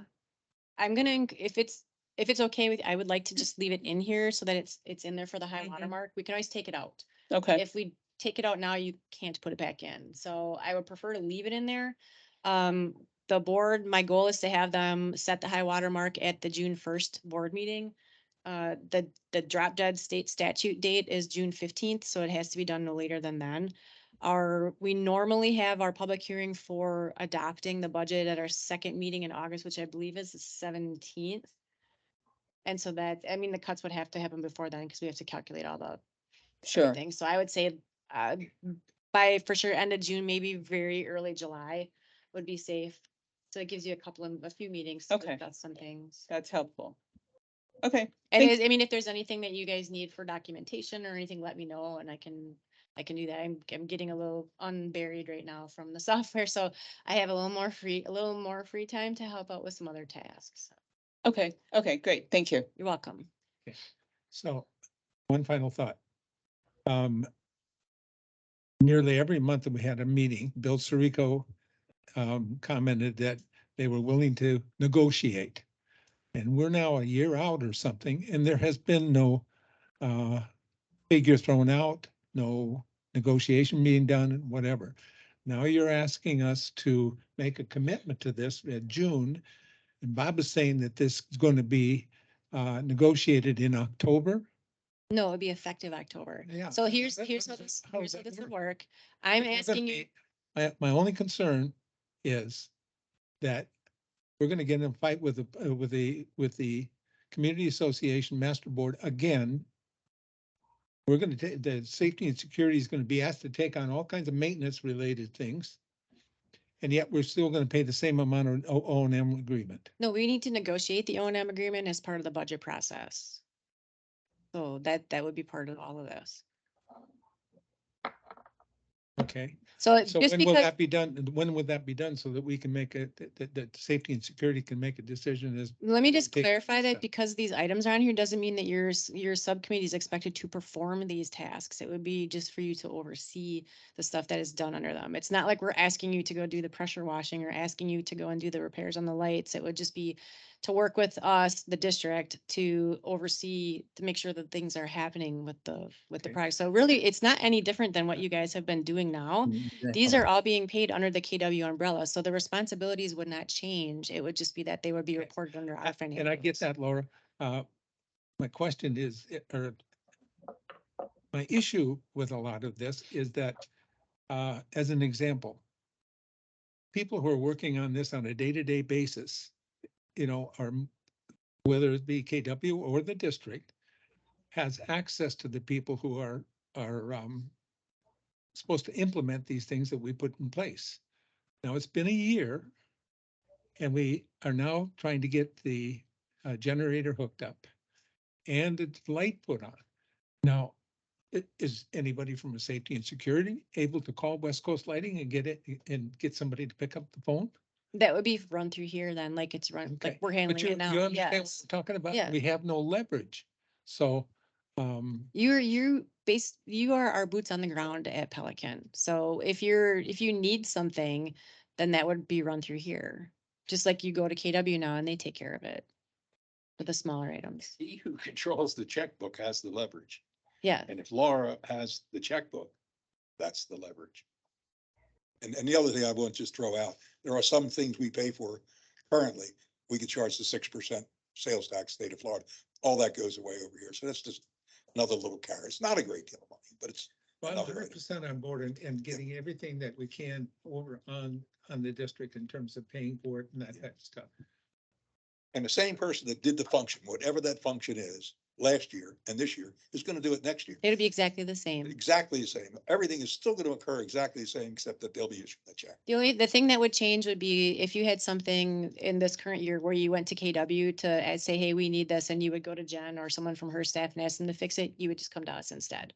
And instead of them paying the bill, we would pay the bill. Nothing in the background changes. And you're 100% right about the O and M. That is something that's going to have to be done. Yeah, that'll be negotiated before the budget. I mean, that's all part of our budget discussion because we have to have that number to be able to plug it in. So that's something that the district will have to negotiate with PPCA as part of the O&M agreement. But again, kind of hard to do because we don't know which way you guys are gonna go. So Laura, can you clarify, does everything in the block yellow here, is that everything that's inclusive of the projects that they've outlined in the project list? That is on a separate sheet. We are tracking the CIP items separately. You guys have your own project fund. I'll pull that up in a second. I just want to show you what else I did here while I'm doing this. So there's the landscape. I blew past it. So here's the landscape services. I did add 5% to whatever it was for this year, just assuming because it's gonna have to be rebid. But otherwise, the rest of these numbers, that was the only number that I changed from what I got from the landscape committee. So there's some items down here that are open, that if you wanted to allocate funds to those. And I think Peggy, this comes in where you were asking the question earlier, if the money is already in the reserves and you want to earmark that for them, we would put a note on the budget, but not to put that dollar amount into the budget at this time, because if I include it on the line, it's gonna get included in the calculation for what you're assessed on your taxes. So what we would do is earmark it with a note, and then once all the calculations are done and the budget is published, we would move those funds to that line to make them available. So I don't want to hit you guys twice for it. And that would be with any of the other items that you want to use reserves to fund for next year. We would put the line item in the budget with a note that once the budget is done, calculated and published, we will, in the next fiscal year, we would move those dollar amounts from the reserves to those lines to make them So it's not available. assessed at the higher rate. Correct. Okay. Otherwise, you'd pay for them. You already have the money sitting in your reserves, and you'd also be assessed on the $350,000. So we don't want to do that. Yeah, we don't want to do that. But Right. Laura, historically, Ponds has used this reserves that they roll from one year to the next. That hasn't been done for the rest of the budget. Will there not be? sure. I'm not sure what you're asking. Well, I'm asking, will the other groups have these kinds of reserves that the Ponds group has, where they roll them, if they didn't spend it in year one, they roll them into year two? You guys are unique in the way that you do this because the rest of the funds have a reserve account where all of the money from any area in their fund that wasn't spent just goes in there. Pelican is unique in the fact that you actually have separate reserve accounts for your sub areas. And then like anything that the ponds wouldn't spend goes into specifically a ponds reserve. So I would, from an accounting standpoint, it's just numbers on a page. All the dollars sit in the same account at the bank. It doesn't make any difference. So it would just be based on if you would like to track them that way and set up a separate reserve account for Pond. Well, Ponds already has one. If you would like to set up a separate one for safety and security, and if you would like to set up a separate one for landscaping, we can absolutely do that. It's just a line on the financials. So there's no like right or wrong way to do it. It's simply a tracking mechanism. And I Right. personally would like that because then it would keep us all on a level playing field for each of the subcommittees. Understood. So the committees can decide whether they want to do that. Yeah, the other advantage of that system is it lets ponds in particular do long-range planning and finance it. So the same thing would be appropriate for landscaping and or safety and security. If they know there's something big ticket they got coming, but this current year, maybe they were budgeted 850,000 and they only spent 800. They now got 50 in their pocket next year to start this big project. Right, and that's what you guys had put that the capital improvement plan together for as well, because that kind of gives you an idea of what you need to move into those reserves. So that'll be a question when it comes time to finalize this before I present it to the board. Are those capital improvement projects, do you want to reallocate your existing capital reserves to fund the stuff for the next year? Or are you gonna want to start contributing new dollars into those? So that'll be something to think about. Hey, Bob, and your comment about the 850,000, a lot of times it'll be the work doesn't get completed, so that extra 50,000 is still going to have to come out of next year's budget because the work's going to be done. It's just that it gets moved into the ponds reserve because it wasn't spent in that calendar year, even though the contract is going to be done in the next year and it was allocated for the year prior. Right, so what we would do is we would just short the budget numbers on here by that 50,000 with a note saying that the remaining 50,000 unused from the prior year will be carried forward to complete the work. That way you're not assessed twice on the 50,000. Could you repeat your current recommendation? I have many recommendations. Like, My current recommendation is to remove the safety and security, these items in yellow, from under the KW, well, actually, these two are already on our financials. The remaining items in yellow from under the KW umbrella, which is currently funded through the O&M agreement, and move them under the district's financials so that it's consistent with the rest of the subcommittees. So do you need a motion from us? If formally, sure.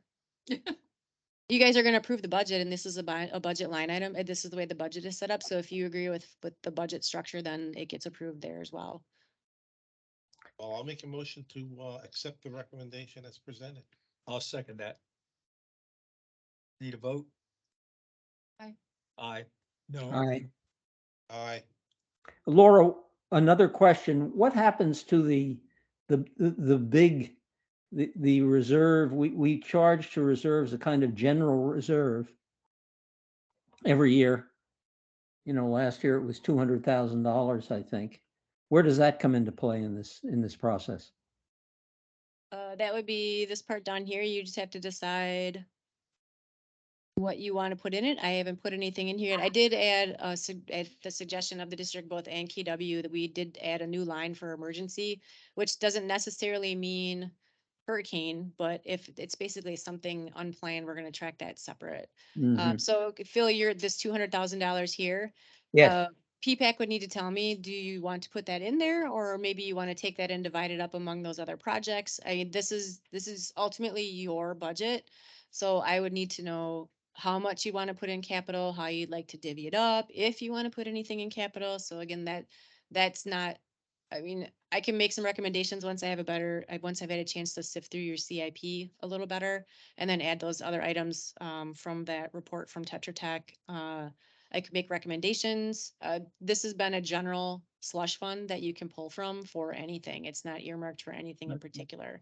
It's What- just a generic capital reserve.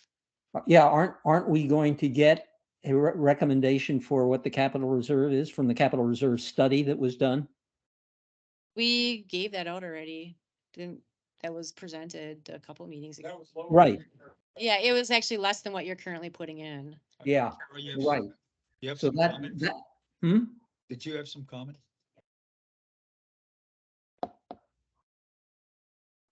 Before you leave, the whole subject of the budget and whatever, if you go to your, agenda today, Tetra Tech's report on page 13 of their report, table 6-6 shows a 4-year Pelican Preserve annual capital costs, 4-year asphalt maintenance and rehabilitation plan.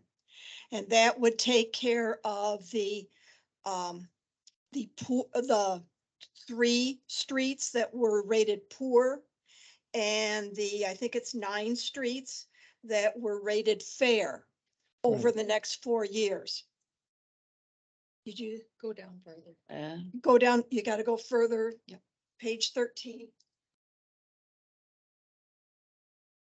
Right. Keep going. Going. Going. Here. Keep going. Going. Oh, I'm at 10. Two more, three more. Too many page numbers on the screen. 12, 13. There it is.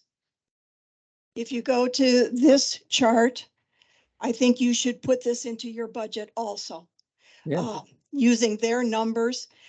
I also believe that when they did their report, and I was one of the stupid people that actually read their whole report, they did not have living on Avila.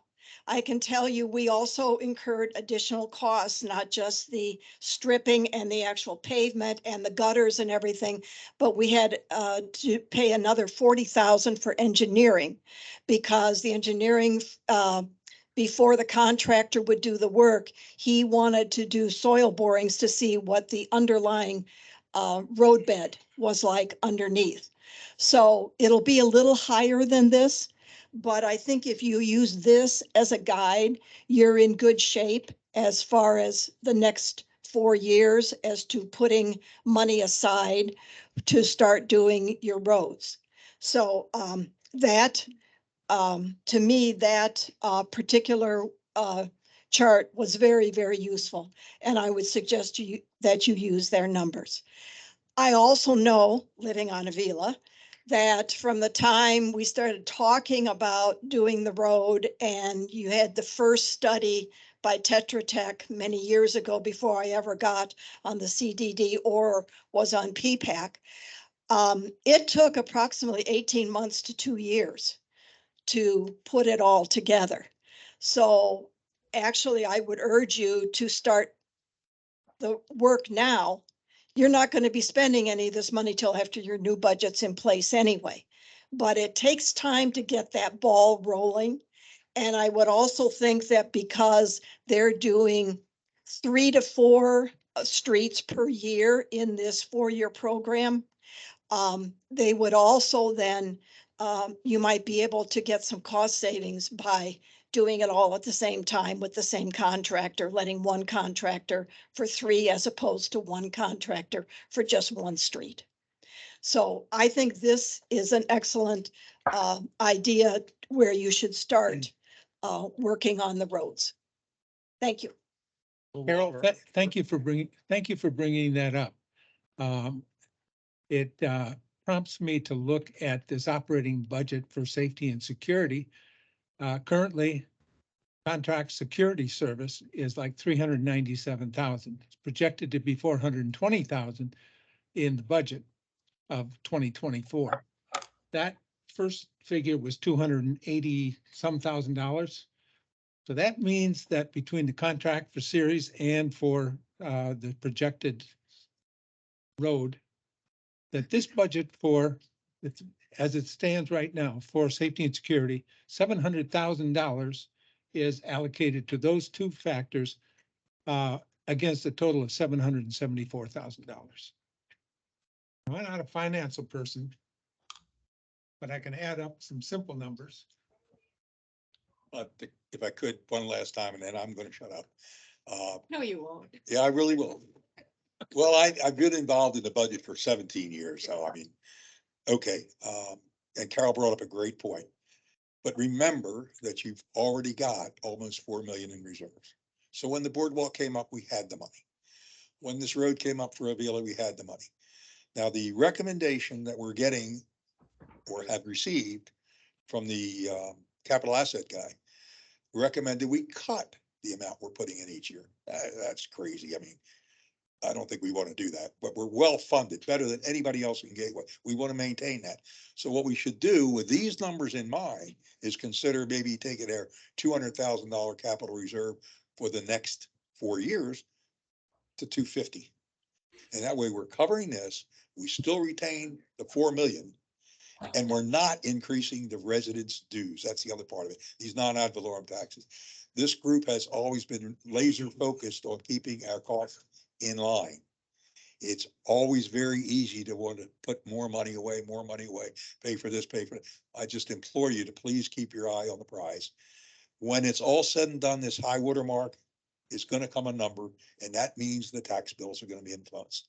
So this again is high water. We can go back in, you can go back into it later, and I'm only speaking as a resident, and maybe not put 40,000 a year for hurricane. maybe we'll do a special assessment. But keep an eye on the total overall target. I think it's very appropriate to fund this, as Carol put out. But let's do 250,000, recognizing we already got 4 million in the kitty. I will be done.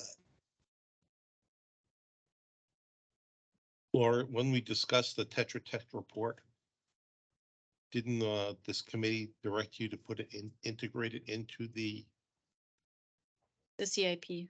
CIP? Yep. I have a note to move paving items from the Tetra Tech So report into the CIP. won't these dollar figures appear in our, It'll be part of the CIP. it'll be part of the CIP? Yes, So that would be part of our budget, right? yes. So we've already done that.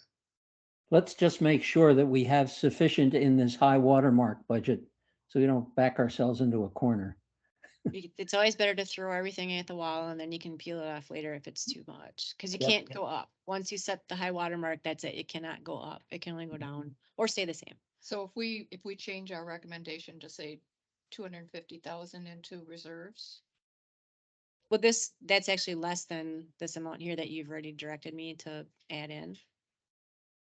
So the amount from Tetra Tech is $285,000. so are you suggesting that we throw that $284,000 as well as the 250? No, I was thinking that we would do that instead of the 250. Instead of the 250. Unless there are other, well, actually that the reserve amount will depend on what the projects are in your CIP for next year, what you're looking to fund. That'll determine what the dollar amount is. But I need to add this into the existing sheet to get to that total. And so That makes next sense. month in that meeting, we will have a lot more detail. Yes. I pulled this document up here. I think you have this in your pack, but this one's prettier because it's in color and I can make it bigger. So where are you? You're here. So we have the admin, so for next year, it would be fiscal 24. So we're looking at, these are some capital things that have already been presented as wanting to be included into the budget for next year. So let me see, where's paving? Down, road surveying, landscape. Roadways, Roadways 200, right here. So it's already in there. The 285,000 is already in, and so is the 300 for the next year. And then the 255 covers the 2 years after that. So those dollar amounts are already included in here. Oh, yeah, So we're provided by tech. Okay. Yep. So I can make this bigger.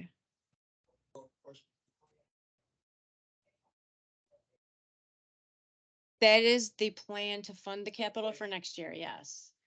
Yeah. What it costs for that. That has not officially been added into your budget, no. That is the recommendation for next year. If you wish to fund all of these projects or set money aside for these projects, starting in fiscal 24, it would be $1 million. Which is a lot.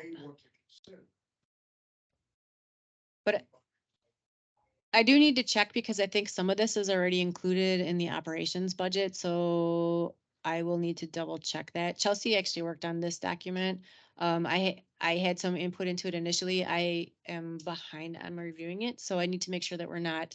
I know the stuff at the top is not, but some of these items may have been included in the numbers that I got from the subcommittees for their budget for next year. I know the roadways is not. So this one for sure, this is from the Tetra Tech project but these other ones, some of this may have already been included in the numbers that I got for projects that they're planning for next year. So I want to make sure we don't double dip. If you go back up to the top of that, I noticed you had boardwalk replacement. That is just not that you're gonna do that. It's just starting to set money aside for that. So if that's something you decide you want to put, so in 10 years, you'll have $660,000 set aside for that. So this is, that's not that we're planning to do anything with it next year, but I mean, that was over $1 million. Yeah, that was over $1 million project when we put it in. So. 4 million that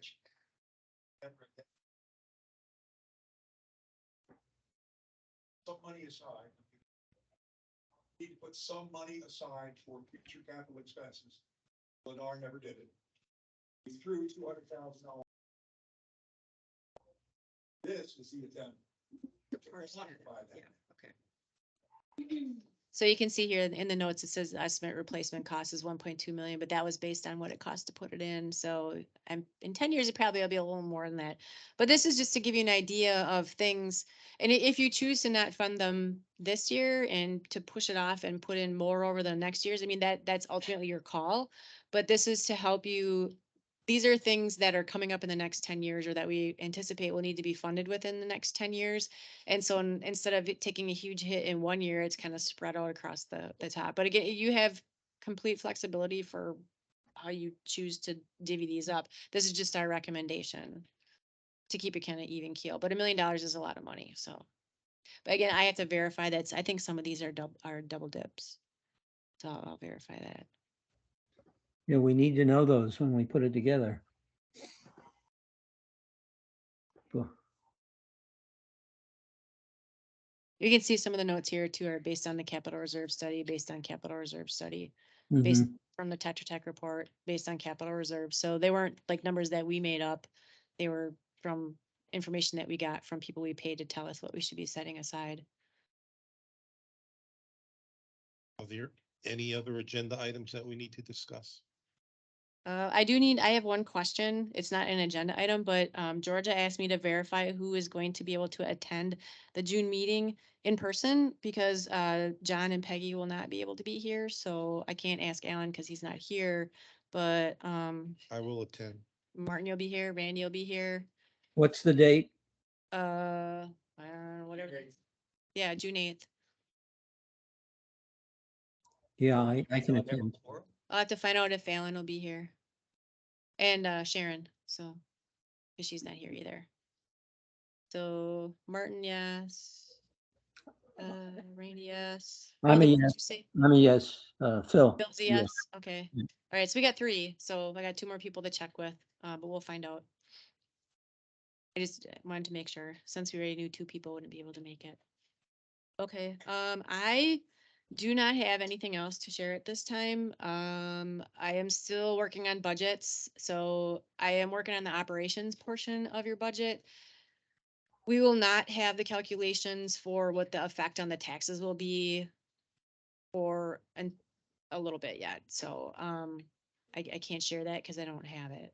Is But- that based off of high water? That is based off the high water, yes, and that'll be the amount that goes out in the letters that you guys get every year saying that the amount on your taxes, will not exceed whatever. So, whatever that number ends up being. So I have to get the numbers finalized, have to make sure everybody's okay with me, with what we have so far. I guess, is there anything on the Pelican portion of the budget that I showed you guys that you are not comfortable with, that you think it's too low, that you'd like to bump up, that you want me to take off, that just before because I'm gonna kind of just use that, I think. And then the operations costs, I need to calculate those. So, As it stands right now, do you have a rough sense of? I don't, I can't even ballpark it. There is a probably 47, not exaggerating, tab spreadsheet that goes into calculating those tables. It has to go from me to Infomark. We have to get data from the company that does the assessment methodology because they have to revisit every parcel. It's in Gateway, make sure that it's still applicable to the way that they were allocated their assessment last year. Make any updates to that, then they have to crunch all of those numbers and then crank out the table. So it's like probably about a week-long process. And will And we get notice of the amount prior to it being publicized? It will be in the board pack, but it won't be official until the board agrees and adopts the budget. And then we'll have to recalculate the numbers after that. So it'll be like it's kind of like a ballpark number. It's usually really close unless the board just absolutely either throws a lot more into the budget or takes a lot out of the budget. The tables as they stand when it's presented to the board will be pretty close. Normally they don't normally cut too much out in the initial one. It's easier to just set the high water mark and then take away from there than it is. Cause like I said, you can't take it up. It can only go down or stay the same. So then that's the percent adder that you put on our costs, is that It right? goes into the non-ad valorem assessment. Non-ad That's what valorem. gets calculated from this, correct? So if it's determined that the roadway bridges are a gateway asset, are we expecting a report from Tetra Tech, or will we ask them for a report on how to inspect and maintain and how much that will cost over the lifetime of the bridges? I will ask them, if that's how it's determined, I will ask them for that. I'll add it to my list.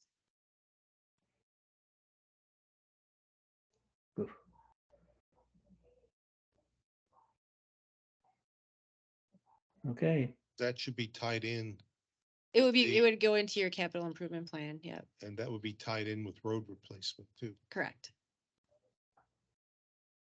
We go to item 11 for adjournment. Do we have a motion? Make a motion to adjourn. I second. Vote. Aye. aye, Aye. aye. Thank you, Meeting everybody. is adjourned at 4:04. Overtime.